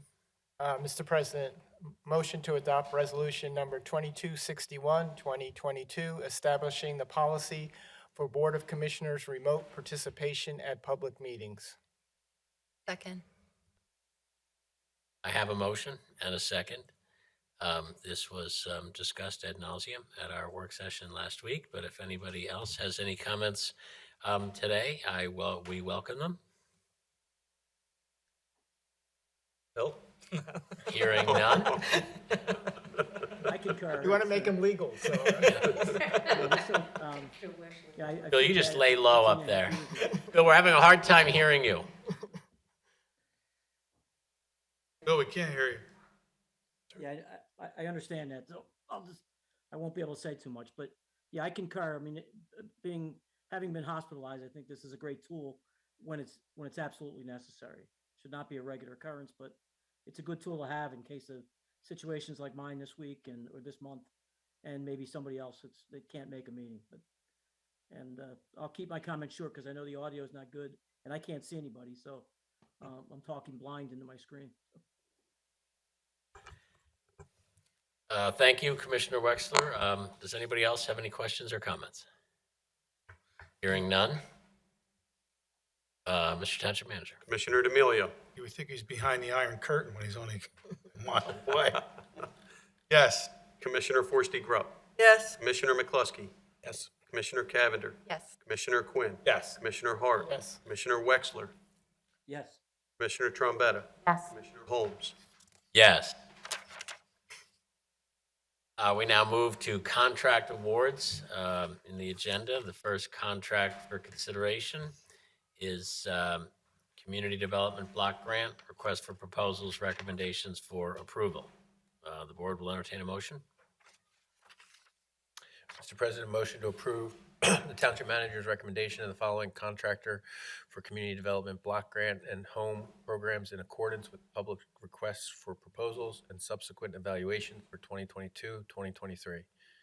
General CDBG Consulting Services, Anthony J. Dunleavy Associates, Inc., and Anthony J. Dunleavy Associates, Inc. for CDBG Housing Rehabilitation Services. Second. This was something we had a presentation on last week at the work session. For any of you who missed it, I encourage you to go to YouTube and watch it. Does anybody have any questions or comments at this time? Mr. Township Manager. Commissioner D'Amelio. Yes. Commissioner Forresty Grubb. Yes. Commissioner McCluskey. Yes. Commissioner Cavender. Yes. Commissioner Quinn. Yes. Commissioner Hart. Yes. Commissioner Wexler. Yes. Commissioner Trombetta. Yes. Commissioner Holmes. Yes. Mr. President, motion to approve Kathleen M. Houlihan, Anthony J. Dunleavy Associates recommendation of the following contractors for 2022-2023. CDBG General Engineering, Pannonian Associates, Inc., CDBG Rehabilitation Services, Pannonian Associates, Inc., CDBG Lead Testing, Leadco Environmental, Inc. as primary provider, CDBG Title Services, Philly Sub Searches. Second. Second. Thank you. I have a motion and a second. Any questions or comments? We did hear from Ms. Houlihan last week at the work session about these recommendations. Mr. Township Manager. Commissioner D'Amelio. Yes. Commissioner Forresty Grubb. Yes. Commissioner McCluskey. Yes. Commissioner Cavender. Yes. Commissioner Quinn. Yes. Commissioner Hart. Yes. Commissioner Wexler. Yes. Commissioner Trombetta. Yes. Commissioner Holmes. Yes. Mr. President, motion to authorize additional funds of $17,307 for the purchase of one 2023 International Cabin Cassie HV 507 for full-size dump from Hunter International in the amount of $74,526 is incorrect. Correct price is $91,833. Second. I have a motion and a second. This was discussed last week at our work session. Does anybody have any questions or comments? Hearing none. Mr. Township Manager. Commissioner D'Amelio. Yes. Commissioner Forresty Grubb. Yes. Commissioner McCluskey. Yes. Commissioner Cavender. Yes. Commissioner Quinn. Yes. Commissioner Hart. Yes. Commissioner Wexler. Yes. Commissioner Trombetta. Yes. Commissioner Holmes. Yes. We now are at the agenda for a continuation of Citizens Forum for non-agenda items. Any and all are welcome to come up and discuss any item they would like. Before I call on anyone else, I will first ask Ms. Dawson if she would like to come forward. Hi again, Kathy Dawson, 2305 Poplar Road. Commissioners, all of you witnessed the unfortunate incident which occurred at last month's meeting when I was the target of a microaggression. For those of you who don't know what microaggression is, it is a statement, action, or incident regarded as an instance of indirect, subtle, or unintentional discrimination against members of a marginalized group such as a racial or ethnic minority. And a microaggression is a term used for daily verbal, behavioral, or environmental slights, whether intentional or unintentional, that communicate hostility, derogatory or negative attitudes towards stigmatized or culturally marginalized groups. For those of you who were not here, an audience member yelled loudly and directly into my ear after he was told that he should state his name and address for the record, and I consider that as a microaggression which should be addressed.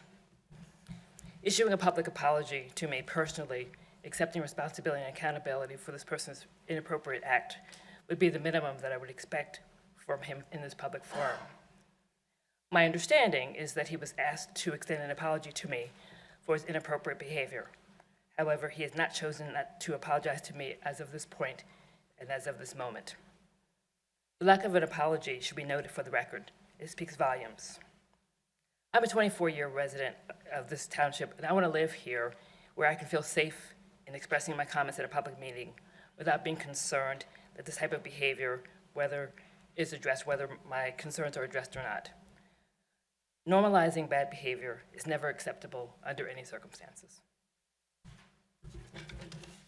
Thank you. Thank you, Ms. Dawson.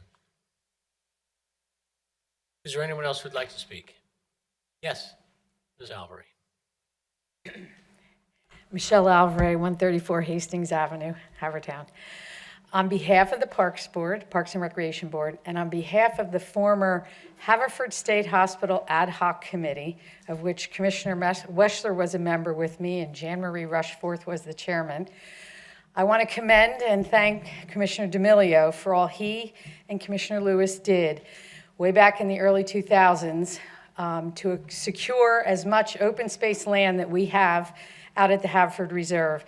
As many people may or may not remember, it was going to be a cookie cutter housing complex at one point in time, and we saved a lot of the land, and we have a beautiful, beautiful state-of-the-art recreation and parks facility with a CREC that is renowned in the state of Pennsylvania. It has received awards from the Pennsylvania Recreation and Park Society as well. And without Commissioner D'Amelio and Commissioner Lewis, I don't know that we'd have that today. So on behalf of all of us, thank you for your tireless efforts to get us that land. Thank you. Thank you. Thank you.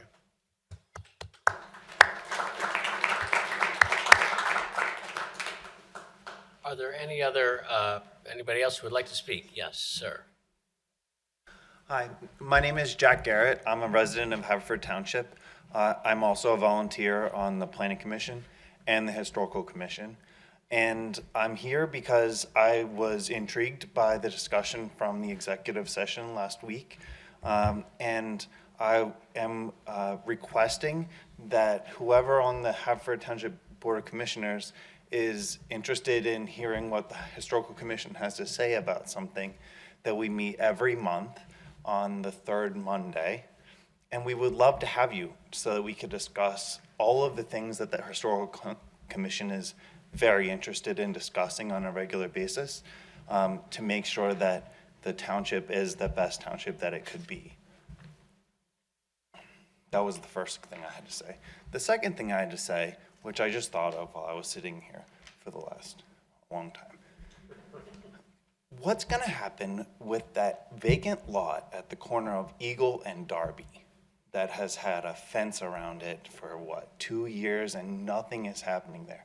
I think it was scheduled to be a bank, and the bank that was just built next to it is now for sale. So can we cancel whatever is happening there and make that township space? Or can you talk about it? I don't know if there's any legal course of action that can be taken there, but it would be great for it not to be that rocky lot with a fence around it. That's all. Thank you. Thank you. We will take that very seriously.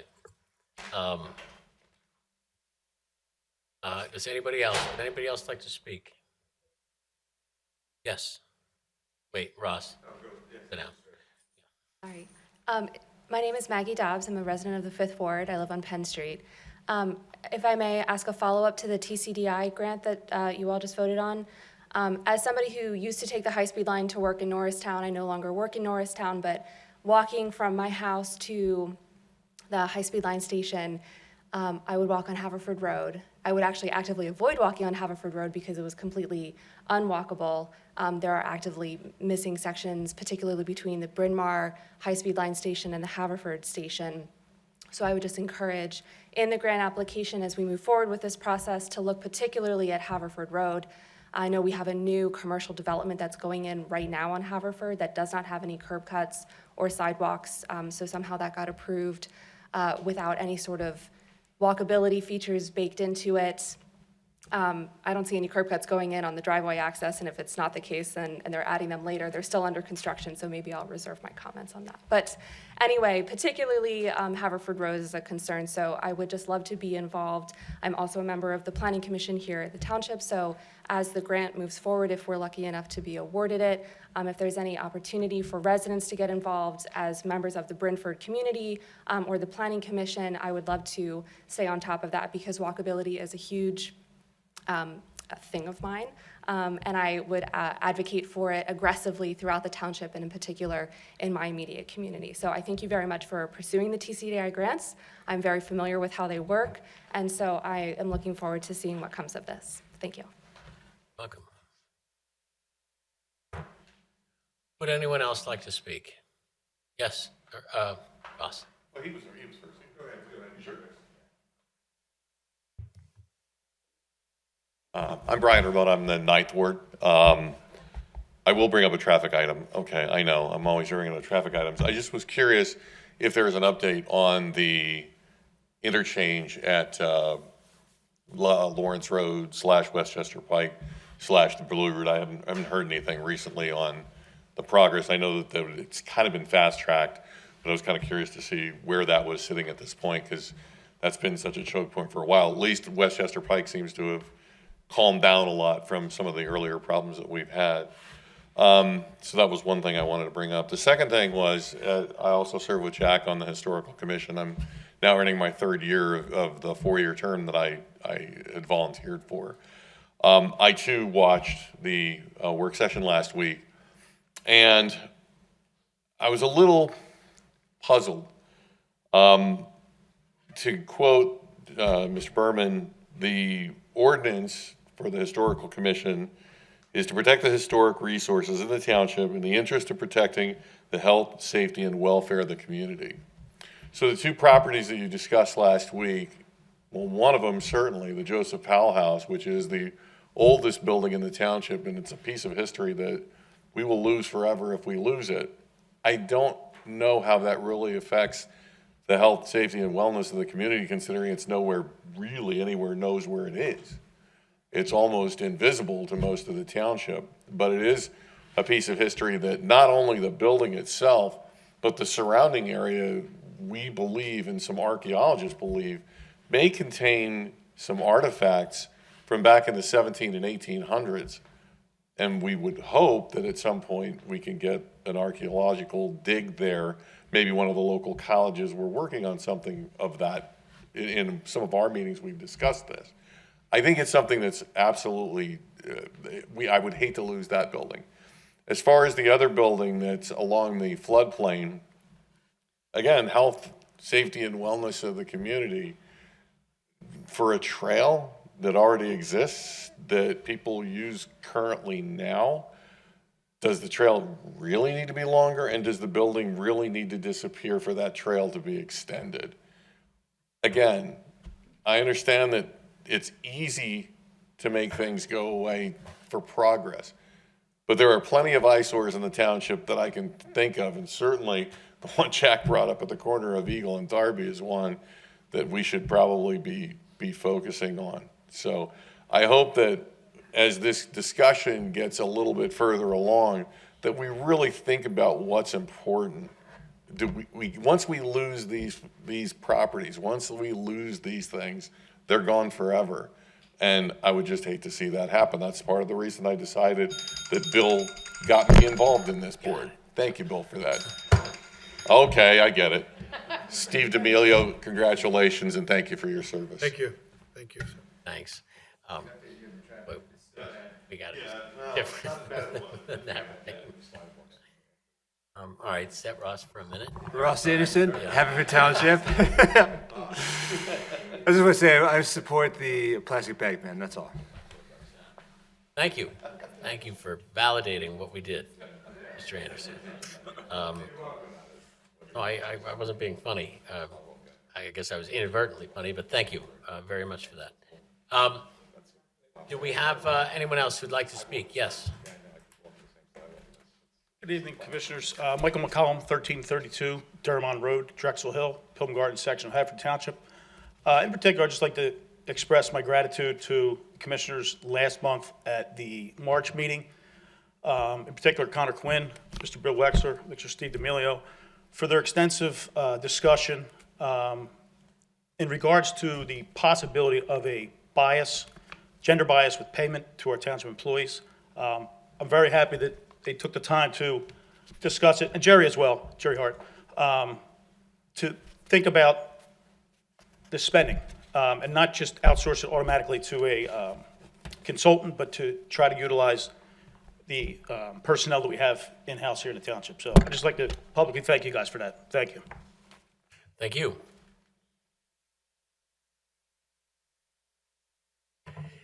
Would anyone else like to speak? I invite any of my colleagues to address anything that was addressed. Let me just go over a couple items. Ms. Dawson, we take what you said very seriously. As you know, I attempted to address it that night, but poorly. And for that, I apologize. But did address it afterwards, and as I started today's meeting, to remind everybody of what it is we expect of participants here, to respect each other, and I appreciate you putting yourself out there and exposing what you experienced and what you felt, and thank you for that. And as I said, I assure you that we all take it very, very seriously. It is very important for anybody who comes to these meetings to understand that they will be respected as residents of this township, and that they will be afforded the respect for people to listen respectfully to what they say, and if they have a problem with what they say, they can get up and they can raise their own opinion. But thank you again. Ms. Alvary, thank you for those comments and for your work on the Parks and Rec Board. With regard to the Historic Commission, thank you for your comments, both of you, on that issue. I can assure you that we will take very seriously the issues involving both of those properties. When it comes to those properties and it comes to Historic Commission stuff, I trust by now that you see that this board doesn't typically act precipitously on any of those things, doesn't always act to your in the manner the Historic Commission would like, but at least we agonize over it in front of you. And I hope that at least, to use an overused word tonight, validates your efforts in what you do. People do take it very seriously.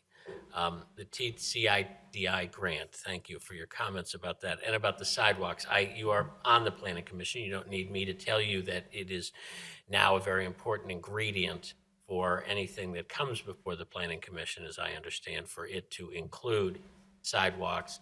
It has been something we have taken up as a board before about whether we're going to mandate sidewalks or not. And the lack of sidewalks on Haverford Avenue is a serious problem. And I will admit, I think I was on the wrong side, at least as far as you're concerned, of a vote on a property there that didn't have a sidewalk. But I appreciate the concerns you raised, and I suspect it's something we're going to take on as a board again. Mr. Hart? You're just smugly looking at me, enjoying me eating crow. Who voted for those sidewalks and who voted against? What's that? No, say that again. Names here. No, I just admitted that I was on the wrong side of that vote. So, anyway, I ate my crap burger sandwich, so there it goes.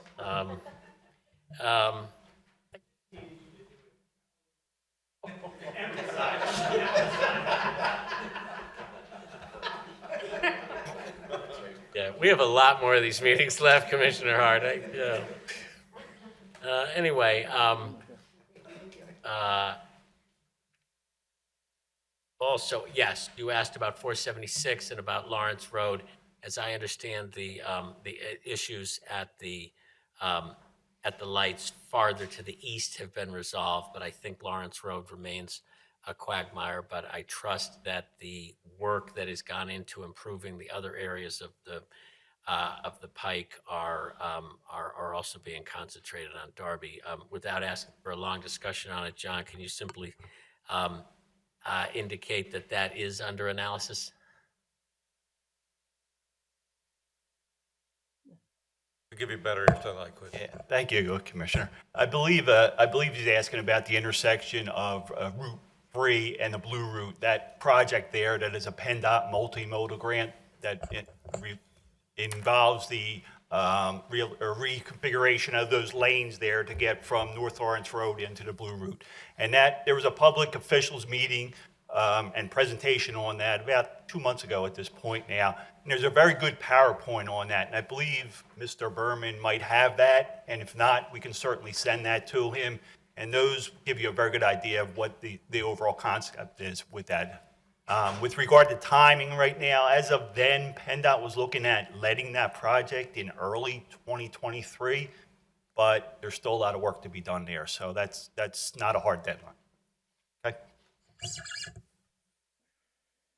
And Mr. McCollum, thank you for your comments. I'm sure my colleagues appreciate your appreciation, and that unless any of my colleagues have any comments on the questions or comments that were made, I'll move on to the next item. I would just like to ask this board to stay on top of the 476 improvements. That really, really needs to happen. And I'm looking forward to seeing that. It's still, as you say, a go, right? Yes, Commissioner, it is. I think you should dust off the old sandwich board there. That's it. Well, I'm on it, baby. I'm on it. I mean, yeah, now, if not now, when? New message. Yeah. I can run over now. Do any of my colleagues have any new business to raise before the board? We now move to other business. Mr. D'Amelio, why don't you go last? Okay, that's fine. Right? That's great. Ms. Forste-Grubb. I'd like to thank Steve D'Amelio, as I did last time, for his long years of service, and I'm sorry I don't get to sit beside you for many more months so that we can get to know each other better in the service of the township. But I'll take your passion as I said last time, my example. Thank you. Appreciate that. I'd like to make 2 comments. On May 4th, which is a Wednesday, at 3 o'clock, the Oakmont Farmers Market will have their opening day, where all the vendors will be coming to Grace Chapel to sell locally made and grown produce and products. And if you haven't been to the farmers market, I urge you to go, because there's no better place to get the sweetest strawberries and the freshest eggs possible in the township. One more thing, as I put on my English teacher hat, April is National Poetry Month, and I was talking to my husband that maybe I should read you a poem, and he said, absolutely not. But he did say that I could urge you to go to the Academy of American Poets and sign up to get a poem a day in your mailbox, in your email.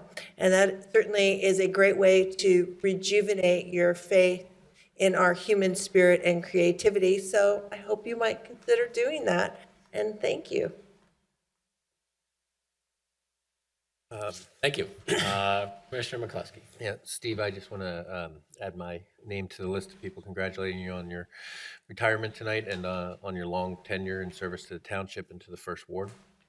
Township is obviously in your debt by all accounts, by everyone that spoke tonight. You were part of a lot of boards, steered this town through several significant events. As mentioned, the crack changes within the township, multiple managers, multiple police chiefs, We're in a whole brand-new building, and having sat on the board, I can appreciate how challenging some of those tasks were, and it takes time and effort, and the township is in your debt for that. You certainly stirred interest in the local happenings of your neighborhood to fill your town hall, and then represented those residents passionately at our meetings. I wish you the best of luck in whatever the next steps are in your journey. Hope you can enjoy yourself and all that life has to offer. Thank you again for your service to the township. Thank you, Commissioner. Speaking of things that are hopefully getting back to normal, Little League Baseball has started, spring is in the air, people with allergies are having allergy problems, and it's not leading, hopefully, to COVID. But the St. Denis Fun Fair in the 3rd Ward will be happening at the beginning of next May. So hopefully people can go out, enjoy some local Havertown traditions, take your kid on the Ferris wheel, enjoy yourself. And I would be remiss if I didn't mention a couple of the people on that board. Would want everyone to know that there's plenty of opportunities for volunteers. It takes a lot of people, a lot of effort to get that thing off the ground, to staff booths, staff food servers. So if you have time, a night, a day, a shift, it's all welcome. And I also just wanted to point out for anybody in the 3rd Ward, we obviously had the issues with the bridges, the construction on Ardmore Avenue, and before that on College. And part of that construction led to the demolition of the walls that were entering to Marion Gulf Manor. Those walls have now been replaced and rebuilt, and they are matching in quality, structure, likeness, along Gulfview Road there, and it's in no small part to the efforts of the people that are in the Marion Gulf Manor Association. They put a lot of time and effort into making sure that the entrance to their neighborhood remained as beautiful as it was. So shout outs to everyone with Marion Gulf Manor Association, in particular former Commissioner Jane Hall, for all their efforts on that, and also the Historical Commission stepped in and talked to PennDOT early in the process. So with that, I'd say that's all I have for tonight. Thank you, Commissioner McCluskey. Commissioner Cavender. Thank you. I would just like to say congratulations to Commissioner D'Amelio. It's been a pleasure getting to know you. We haven't been on the board together for very long, but you have a good sense of humor, you have a good nature, and it's interesting because I was reading something today about Andy Lewis, and I didn't realize he was your mentor, but you have like a kindness that I think that I would see in Andy as well. The reason I was thinking of Andy is that, let me just say thank you. Yeah. The reason I was thinking of Andy Lewis is we're going to have a 5K in his honor on June 12th, sponsored by Haverford Partnership for Economic Development. More information to come, but I hope throughout the township we can participate and honor our friend. There's another run, and I promise I won't always just talk about 5Ks, but the Twilight Run 5K on April 30th is sponsored by Haverford Educational Foundation. It's for community members and local runners and walkers of all ages. The Haverford Twilight 5K Run, Walk, and Elementary School 1 Mile Challenge is back.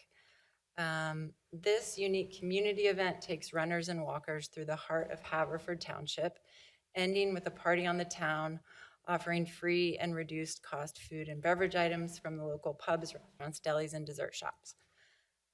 Your race bib is your ticket to the party, and proceeds of the Twilight Run benefit the Haverford Township School District Education Foundation's Mini and Empowerment Grant programs. This year's Twilight Run is dedicated to the memory of Catherine Cox, a remarkable community leader. You can find more information on the on runsignup.com and or on the township website. Let's see, one other thing I wanted to note is tomorrow night, the Haverford Township Historical Society and the Haverford Township Free Library are sponsoring a history talk about railways in Haverford Township with a historian. It's at 7 p.m. on Zoom. And don't forget that we celebrate Earth Day on Saturday, the 23rd. There are service projects and tree and pollinator gardening at the Crack, as well as other activities, which I encourage you to take a look at. I just want to say one last thing, Steve. I also am going to miss your balance. I think you add a nice balance to the board, and it makes for a good dynamic where we get to discuss things. And I think that's important. So that's all I have tonight. Thanks. Thank you, Commissioner. I appreciate the words. Thank you, Commissioner Cavender. Commissioner Quinn. Yes, that 5K, that's in honor of my aunt Kathy Cox. She'd be so proud. Or she was the kind who didn't like to be known for things, but she did a lot for this town, and I think it's a great thing that they'll be honoring her there. And the Billy Lake Beef and Beer, the ALS Beef and Beer, will be taking place at McSorley's on the 22nd of this month from 6 to 9. If you'd like to come out and have a beer for a good cause, and you can get to talk to me and complain about things if you'd like to. So please feel free to. That could take lots of beers. So, and the deadline to sign up to vote is the 2nd of May. So I urge everybody to go out or to sign up online. And it's also spring break this week, so make sure you slow down. And also, Steve, as I said, I was there the night when you were sworn in to this board, and as was said tonight, you weren't even driving. You've always had my back since I joined this board. You've always been there to help me out on things, to call and yell at me about things, and I will try to start fights with Larry when I get the chance. And something that I thought was cool, that you've been on this board and you've seen every ward change. Every member of this board was not on this board when you joined, and you've seen it change either once or twice or three times. And I just want to thank you for all you've done. Our township is better off because of you. So thank you, buddy. Thank you, Commissioner. Sure. Commissioner Hart. Yes, I'm just going to reiterate about the Earth Day celebration at the Crack on Saturday, April 23rd. It'll be mostly in the morning and the early afternoon. There's numerous service projects, planting trees, planting flowers, also food. There's a tree giveaway, electric vehicle test drive, lots of arts and craft. It's generally a really great celebration, so I would urge you to get out to it. And there'll be information on the Parks Board website. Also, another meeting on April 25th, Brian Barrett and I will be meeting at the Grange Pavilion at 5:30 to discuss with residents plans for improvements at both the Grange and at Carroll Park. That's if in case of rain, we'll probably have it indoors, but hopefully we'll be able to be out there. And there's numerous improvements planned, and we'd also want to get feedback from residents. Steve, you were the first commissioner to call me to congratulate me after I won election in 2017. It was a big surprise after all the scary stories I had heard about you, but I found them not to be true. It's been a pleasure working with you. We've worked together on the comprehensive plan and expansion of the trails, but really what I've appreciated your passion on the board and your commitment to your constituents. It's something certainly that I've tried to emulate. And most of all, I'll miss you being part of this. I really appreciated your friendship. And Thank you. good luck to you. I appreciate your kind words. And finally, I just want to wish all those who are currently celebrating Ramadan and those who will be celebrating Passover and Easter a happy holiday. Please keep the people of Ukraine in your thoughts and prayers. And that's all I have. Thank you. Thank you, Commissioner Hart. Commissioner Wexler. That is not successful. Cannot hear you. How about now? Yes, a little better. Speak as loudly as you can. Yeah, I'll do it on the phone because the computer wasn't making, I guess. I just want to add my comments to Steve. Steve, it's been a pleasure to serve with you. You started off on a rocky road, but you've been a passionate example of what it takes to be a commissioner in this township. You've fought for your residents the whole 20-some years that you've been in office. Been an example, you, and you had some of the good characteristics of Andy, but a lot of characteristics of Jimmy with that tenacity, that pain for the residents. And I think that's a good example for all of us, that there's a time that you've got to dig in and fight for the people that elected us, which is the people of our ward, and not the other commissioners. So it's, even though it looks like there's a lot of animosity, we've been friends for the 14 and a half years I've been on the board, and I'm sorry I wasn't able to be there tonight. I'm told I'm allowed to be back as a passenger in a car in about 2 more weeks.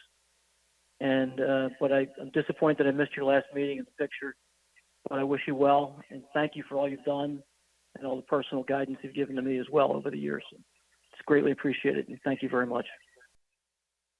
Thank you, Commissioner. Thank you, Commissioner Wexler. Commissioner Trombetta. I'll start by just saying again, thank you, Commissioner D'Amelio. I've had the pleasure of knowing you probably since 2015 when I first started coming to the Board of Commissioners meetings as a Senate staffer, and have enjoyed working with you on several projects since that point. I also really enjoyed your, you used to do town halls at the firehouse, and I really enjoyed those, and you always had a great attendance at those. Believe it or not, when I was thinking about whether or not I wanted to run for commissioner, I actually called Commissioner D'Amelio, since I had already kind of known him, and I think it speaks to something about him that, you know, that he doesn't play party politics, that he's always kind of voted his conscience. And, you know, I think the prime example is our plastic pollution reduction bill that passed today. So kudos to you for that, and thank you for everything. Thank you for your guidance. Thank you for your friendship. A couple housekeeping items. I'm surprised we got to the point where I can actually offer some of these. One, Paddock Farm Civic Association will host their annual Easter egg hunt this Saturday, April 16th at Paddock Park at 10 a.m. Two, the Darby Creek Valley Association is doing their annual watershed cleanup, and there's throughout the month of April, and there's still a few opportunities here in Haverford Township coming up, so I encourage you to check out the Darby Creek Valley Association website to sign up. Also, I don't think it was mentioned, the Haverford Township Shade Tree Commission Spring Tree Lottery recently started. And so the way that you get these trees is you go to, I'm trying to look at the website, on our Haverford Township website, and you enter into the lottery if you're interested in shade tree, and residents will be notified if they've been selected. I think they have 100 trees to give out this year. Finally, a reminder that the deadline to submit an application for the Facade Improvement Matching Grant Program is April 29th at 4 p.m. This program offers matching grants for up to $10,000 to businesses, nonprofits, and commercial property owners for the purpose of improving the appearance of buildings that are visible from the street. And these funds are made available through the American Rescue Plan Act. To learn more and apply, visit discoverhaverford.org. That's all. Thank you. Thank you. Thank you, Commissioner Trombetta. One quick announcement. I should have done this at the start of the meeting. Before the start of this meeting, I needed to report on 2 executive sessions that were held by our board. We held one last Monday after our work session was over, addressing issues of personnel and real estate. And we held one before the start of today's meeting, also addressing issues of personnel and real estate. That is all I have on that issue. Commissioner D'Amelio, I was not here to see you sworn in, but I was here for 17 years to see you sworn at, and sometimes that was by me, it's been a really, really enjoyable time. A lot of people don't know this, but they're going to know this by the time the speech is over. But in 2005, when I was running for office, and Steve was the newly minted president of this board, we stood together and posed for a photo at Haverford Township Day. And it was a nice photo of Steve, and it was a nice photo of me. And I asked Steve if I could put it in my campaign literature. Steve was a Republican president of the board. I was running against an incumbent Republican. Steve said, "You know what you're asking me to do?" I said, "I know exactly what I'm asking you to do." And he said, "Yes, you can put that picture in your literature." And I did. And I think it made a difference because it reflected that that we could be a board that could worry about ideas and not just about be idealists and not ideologues. And I joined that board with a big grin on my face and enjoyed working with you from the start. We've clashed on a lot of things. We've agreed on a lot of things. But what we both can agree on is how dedicated you have been to the township and to your constituents in particular. So you did get that lovely gift that Gloria did a wonderful job of putting together. But I got you something that's just very personal for Steve, for you and me. If the camera can zoom in for 1 second, it is the photo from that day. Oh, my. And Steve, I've inscribed it. Steve, I will never forget what you did for me that day, and the township will never forgive you.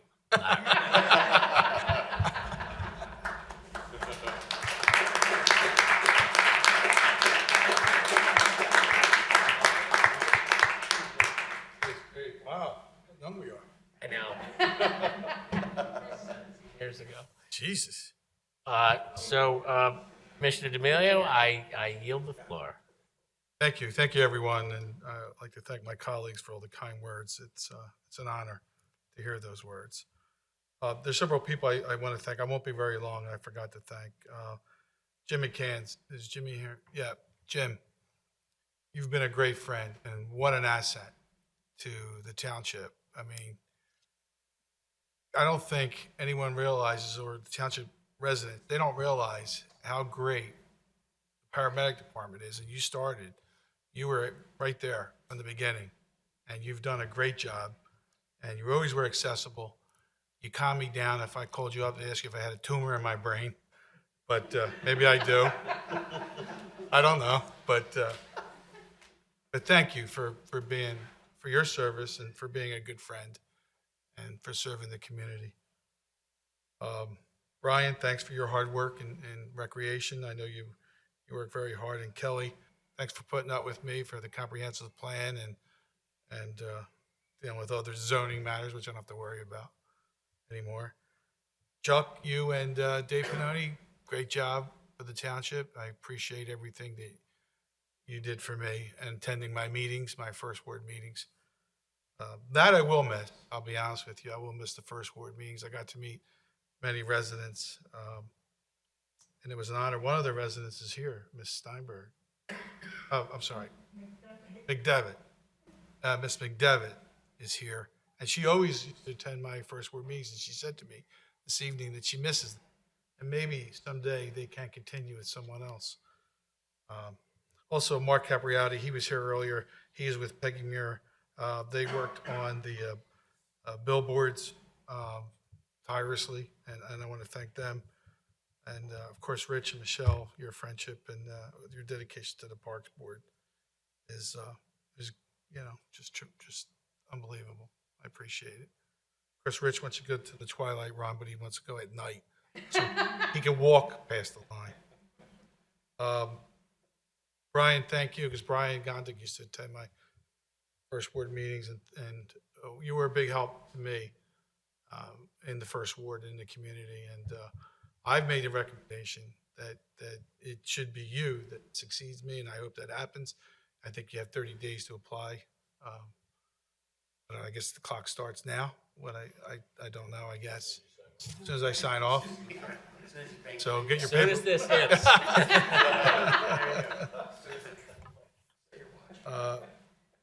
Let's see. That's it. So thank you all. It's been an honor and privilege to serve the community, this community. I will always pay attention to what's happening. You may see me here for my 3-minute before Larry gets out the big hammer. But I'll look upon my time fondly, and I cherish the friendships I made on this board. And Bill, I'll never forget our breakfast at Minot when we used to go there in the early days when we first started. That was a lot of fun, and I thank you for that. So thank you, everyone.